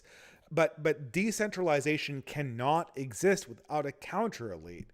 There's just going to be a degradation. So a necessary step here is the nomadization of a counter elite. And maybe we're saying that, and I want to write more about that in a forum where I'm not just kind of reciting this from a legal notepad, but that's obviously the way forward. And I think that R.N. McIntyre's idea about state governors just disobeying federal laws, that is a transitionary step, but the critical way that manifests is getting alternative resources to get earmarked for these nomadic elites and these kulak elites that are operating at a thicker and deep level. It's not to build alternative state institutions that work like many federal governments. I don't think that will ever work. I think there has to be a network of sort of rogue academics before we can start building an antiversary in earnest. It can't be like making iterations of Hillsdale and the new college in Florida. University systems don't work that way. Asteroidal Assassin for $3 USA. That girl I mentioned in the previous stream, she goes by he, him pronouns, despite not being masculine at all. Being a woman, how do I skirt around this? Okay, so she's pretending to be a man, but she's a girl. I don't know, man. Maybe you have to save this one from the Troons monastery, so to speak. I mean, women like this are just signaling that they're confused. Just refuse to put up with. I mean, look. If woman is going by he, him pronouns, you've got to start laughing at this as soon as possible. It's ridiculous. You got to either not use the pronouns and let her deal with it, or you have to use them in a jokey way that makes her feel ridiculous for even putting on this proposition. Now, if you laugh at her for doing this and get her to laugh along with it too, and then it's like, okay, come on. Like, let's do something serious, right? And she's game with that, and you're pushing in this direction. That's a good pattern, and you're in the process of talking her out of it. But if she gets angry or pushes back, and it's this basic, like it's establishing gender, I don't know what do you want me to do? Like she's rejecting your role as a masculine entity. That means she's not interested in you being the masculine force in this relationship. You're trying out for the masculine role. So he, him is either a joke or it's a signal that she's not in business. But thank you, Asteroidal Assassin. Asteroidal Assassin for $5. Something you might find amusing. This one half black girl I used to pursue, she didn't want to debate Christianity versus Islam to try to convince me, but she took great care to convince me about racialism and how black people have lower IQs. Where do you find these people? You dated the one, so you dated like one of the few straight women who uses he, him pronouns, and you dated the only mulatto girl I've ever known who's been like an HBD racialist proponent to the point where she's literally trying to argue you into the IQ thing. Like, what the hell is going on? Asteroidal Assassin, like, you must live a much more interesting community than I do if you're meeting these people. I mean, that is the most unstereotypical half black girl I've ever heard of. It's the inversion of everything I've known about this category, which I guess might be an indication that we put too much stock in categories to begin with. Gabriel Mundy for $40 USA. No clever message, just appreciate your insight. Very impactful for me personally. Hopefully see you at the next weave. Oh yeah, sure thing. I don't know where that's going to be, but maybe I'll do one in New Jersey before I leave, but we'll have to see. Tilda the Yagin for $10 USA. The part about culture eating itself like an Ouroboros is very similar to one of Sargon's recent propositions, that the culture has become a cargo cult. Cargo cults being literal uncontacted tribes coming into contact with Western soldiers and trying to summon them back with airplanes. I think that is absolutely, I mean, that's 100% what's going on, right? Like, we have the form of the old world, but we don't believe in the spirituality. Therefore, trying to use the forms is absolutely useless.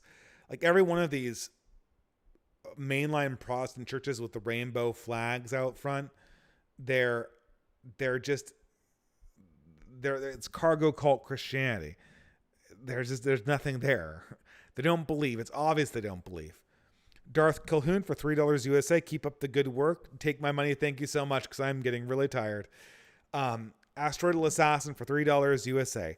How do I motivate myself to do better in college? It feels like I barely catch any wins. I don't know. I mean, I kind of felt like I tried too hard in college. I guess go to office hours, make friends with your professors. That's what I did. That's motivating to do better in college. Join a team, like an engineering team where you work on a project together. Join a study group. Study groups are great for that. Study groups will always help you turn studying into a social activity. That's my number one advice.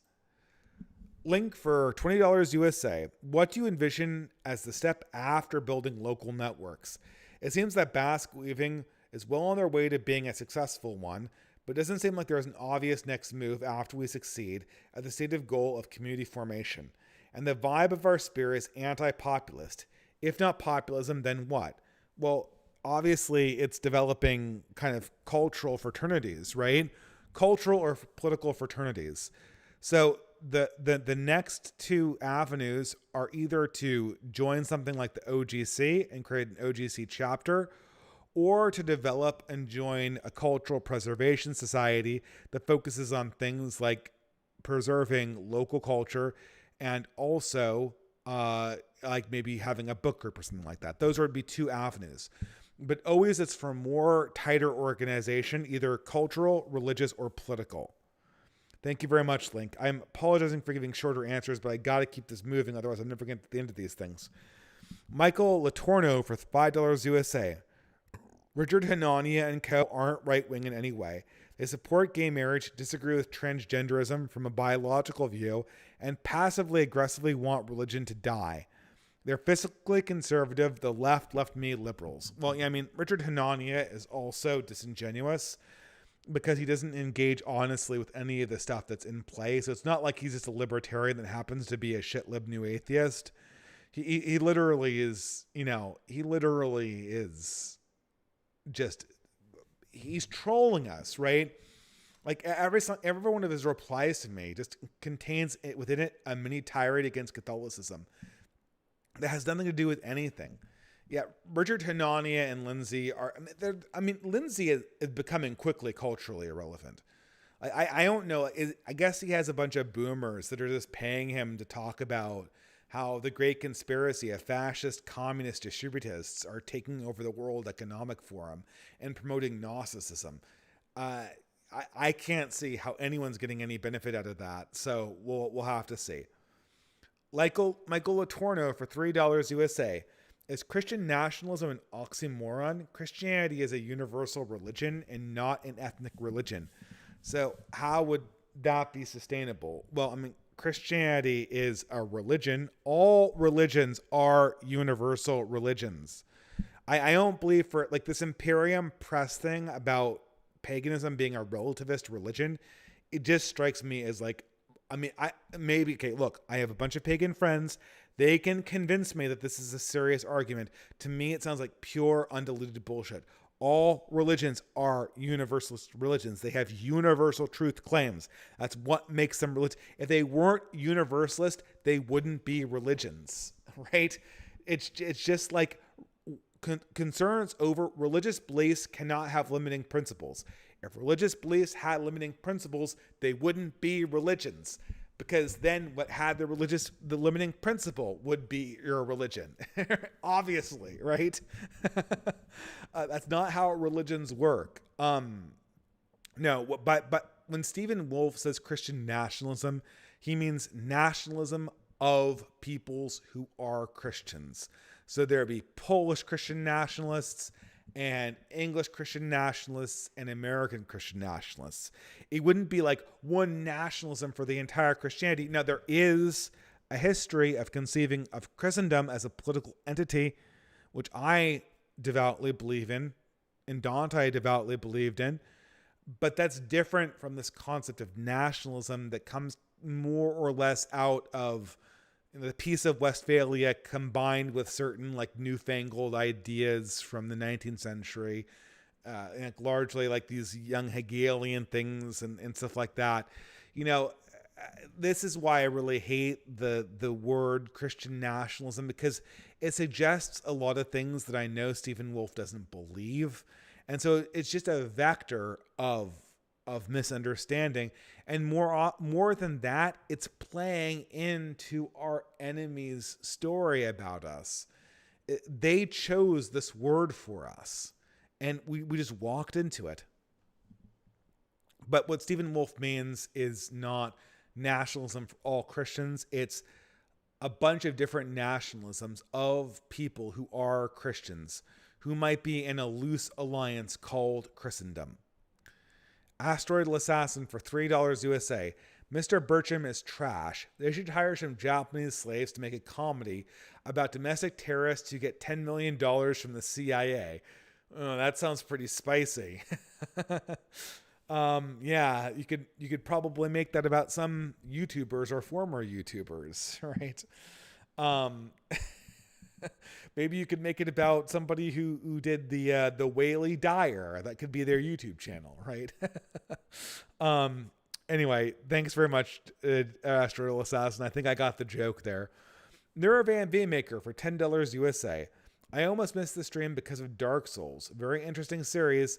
The closet games have gotten to art as the themes are... The closest games have gotten to art as themes are communicated through gameplay instead of the cutscenes or dialogue. Pretty sure there are direct Spenglerian references in them also. Yeah, so Dark Souls is a dying world. I never played it, but I heard that it's a dying world universe, which is similar to that of Gene Wolfe's. As a matter of fact, I would be amazed if Book of the New Sun isn't the primary thematic inspiration for Dark Souls. But yeah, I've heard good things about it. I'm just not a video game player anymore. I mean, unless it's like, Magic the Gathering, but on the computer, or Space Hulk, but on the computer, or mahjong but on the computer, like a board game but on the computer. That's my idea of a computer game, right? Thank you very much, Nerve and VMaker. Michael Latorno for $3 USA says, do you think the Constitution has failed Americans and should be replaced? Would you support a neo-monarchy like Curtis Yarvin? Well, look, I mean, I'm kind of John, was it John Donne, the poet, who said, forms of government may let men contest. Whoever rules the best rules best. That's my philosophy. Whoever governs best. I do not think America is ready for a monarchy. We do not have the proper thickness to keep a monarchy in control. Monarchies are not uncontrolled bodies. They are supported by certain selectorates like all other human governments. And so we can't properly pull off a government because we do not a monarchy because we do not have the proper oversights. That's why dictatorships tend to be very, very abusive, because they do not understand who their proper stakeholders are. I think that we're going to experience just a bunch of decline and a bunch of reterritorialization and a bunch of re-nomadization. And then from those systems will emerge either a monarchy or a more monarchical Republican government like FDR. But thank you, Michael Latorno. Dorktron for $5 USA. Everyone is always talking about networks. How do you form networks when no one talks to anyone anymore? And how low trust everyone is? Do we hope to randomly come across our guys in the wild? Well, Dorktron, thank you so much for mentioning this. So lots of people have their own networking projects. There's Exit Group, there's New Founding, there's probably a bunch of, I've heard that What If Alt History also has its own version of this project. Our version, the one that's going through Beowulf and OGC and Sildings and Nomos, those people, we all commonly use a service called Basket Weaving, which we run through Discord and through Element. If you want a link to this, we have meetup groups in most places in the Anglosphere and in some places in the non-Anglosphere, although that's still waiting to come online. That's our contribution to make this thing work. I recommend doing Basket. DM me, or you can go to the Basket Weaving website that there's a link to. And a lot of people DM me recently, and I've been very much behind on my DMs. So,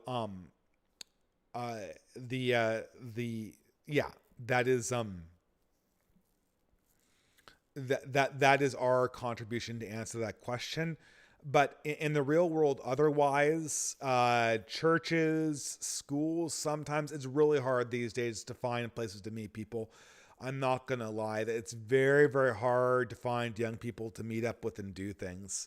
So I don't know, maybe you could find activities like sports to get involved with or gaming to get involved with, but it's very, very, very difficult to do that these days.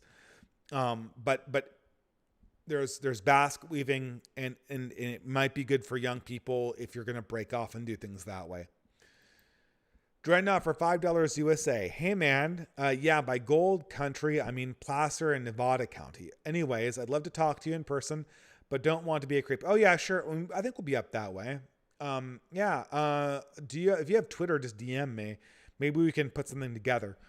But I'm doing a cross-country trip in the near future, and most of the time will be spent going from like a big L shape. So most of the time we'll be spending going from California to Canada. Black Pill Cat for $15 USA. Just wanted to show my support. Already looking forward to the next Fiddler's Grain. It's always great. Yeah, I want to do one that's more cultural for once, but it's much harder to do one on culture because I'm like, I have to do my top movie picks or whatever, and like it's always harder to do those things. But thank you, Dreadnought for $3. I don't know what community Asteroidal Assassin is in, but I almost always want to engage with it just to know all the funny people he knows. Yeah, exactly. You know, the he him nymphet and the based HBD half black woman is just, yeah, that's this crazy times. It's like the push me pull you is going to be part of that community too, and Sonichu and all the other things. But yes, very much mystery community there. That's great. Grace Mogg for $3 USA. I think Judaism isn't universalist. From my research, most mitzvah, virtuous actions, and avriyas, sins, don't apply to goyim. Only the 7 laws of Noah. Yeah, but I mean, okay, what do they mean? Mean that there's, yeah, Jews believe that there are special commandments given only to them. Yes. But there are also commandments that God gives to everyone else, but it's maybe not their job to enforce them. Fair enough. And but they believe that they have the truth, and therefore it is universalist. And most real believers, they think, like most of the Orthodox Jews, they think the goyim are dirty and ignorant. That's how they talk amongst themselves. They don't believe that everyone's religion is simultaneously true, and that there literally are like multiple gods going around that are equally legitimate to theirs. That's not true. So, and they believe there's specific responsibilities, but that's not uncontroversial even in Christianity. Dreadnought for $5 USA. I'll still pay $200 for you and Tilting Turtle to do an online playthrough of Alien Isolation. It'd be fun, and you get to play a game for money. Oh yeah, maybe we should do one. I wanted Helen, the Tilting Turtle, and I to do a playthrough of Rogue Trader, but I thought that might be too wordy. And the whole fun of doing these things is to talk to the audience while you do them. And yeah, I don't know. It'd be fun. Thank you very much, Dreadnought. Bright Dawn for $15 USA. I can't help but be inspired by my own history when seeing the current U.S. crisis. The Bulgarians were created when the Bulgar pastoral nomads and the Slav farmers were united under the guidance of the Orthodox Church. Surely Catholics should want to do the same with his own ethnically divided country. Yeah, I mean, there'll be tons of merged ethnicities. There probably will be some like Indo-European, West Coast ethnicity that's Catholic, because it certainly won't be Hindu. So no, there'll be merged ethnicities, but it will still very much look like a bunch of Europeans and then a little smattering of Indian on the top, right? And that's probably what it's going to be, right? Let's be honest. That's how things usually work, right? In the real world, one ethnicity absorbs the other one. It's not like equal, Pharisees connections. But anyway, yeah, that's how that's called ethnogenesis, right? Anyway, guys, I'm finally done. Thanks so much for tuning in to this Fiddler's Green podcast. I guess I'll read Psalm 6. Why not? Just so I can end this thing. Okay, great. Psalm 6. Lord, do not rebuke me in your anger, nor discipline me in your wrath. Have mercy on me, Lord, for I am faint. Heal me, Lord, for my bones are in agony. My soul is deep in anguish. How long, Lord, how long? Turn and deliver me. Save me because your unfailing love. Among the dead, no one proclaims your name, who praises you from the grave. I am worn out from my groaning. All night long I flood my bed with weeping and drench my coat with tears. My eyes grow weak with sorrow. They fail because of all my foes. Away from me, Lord, all you who do evil. For the Lord has heard my weeping. The Lord has heard my cry for mercy. The Lord accepts my prayer. All my enemies will be overwhelmed with shame and anguish. They be turned back and suddenly put to shame. Thanks, guys, for joining me for this Fiddler's Green live stream, and I hope to see you maybe one more time before I leave. Maybe not. We'll have to see how the road live streaming goes. But I'll see you online in one form or the other. Have a wonderful rest of the night and a blessed rest of your week.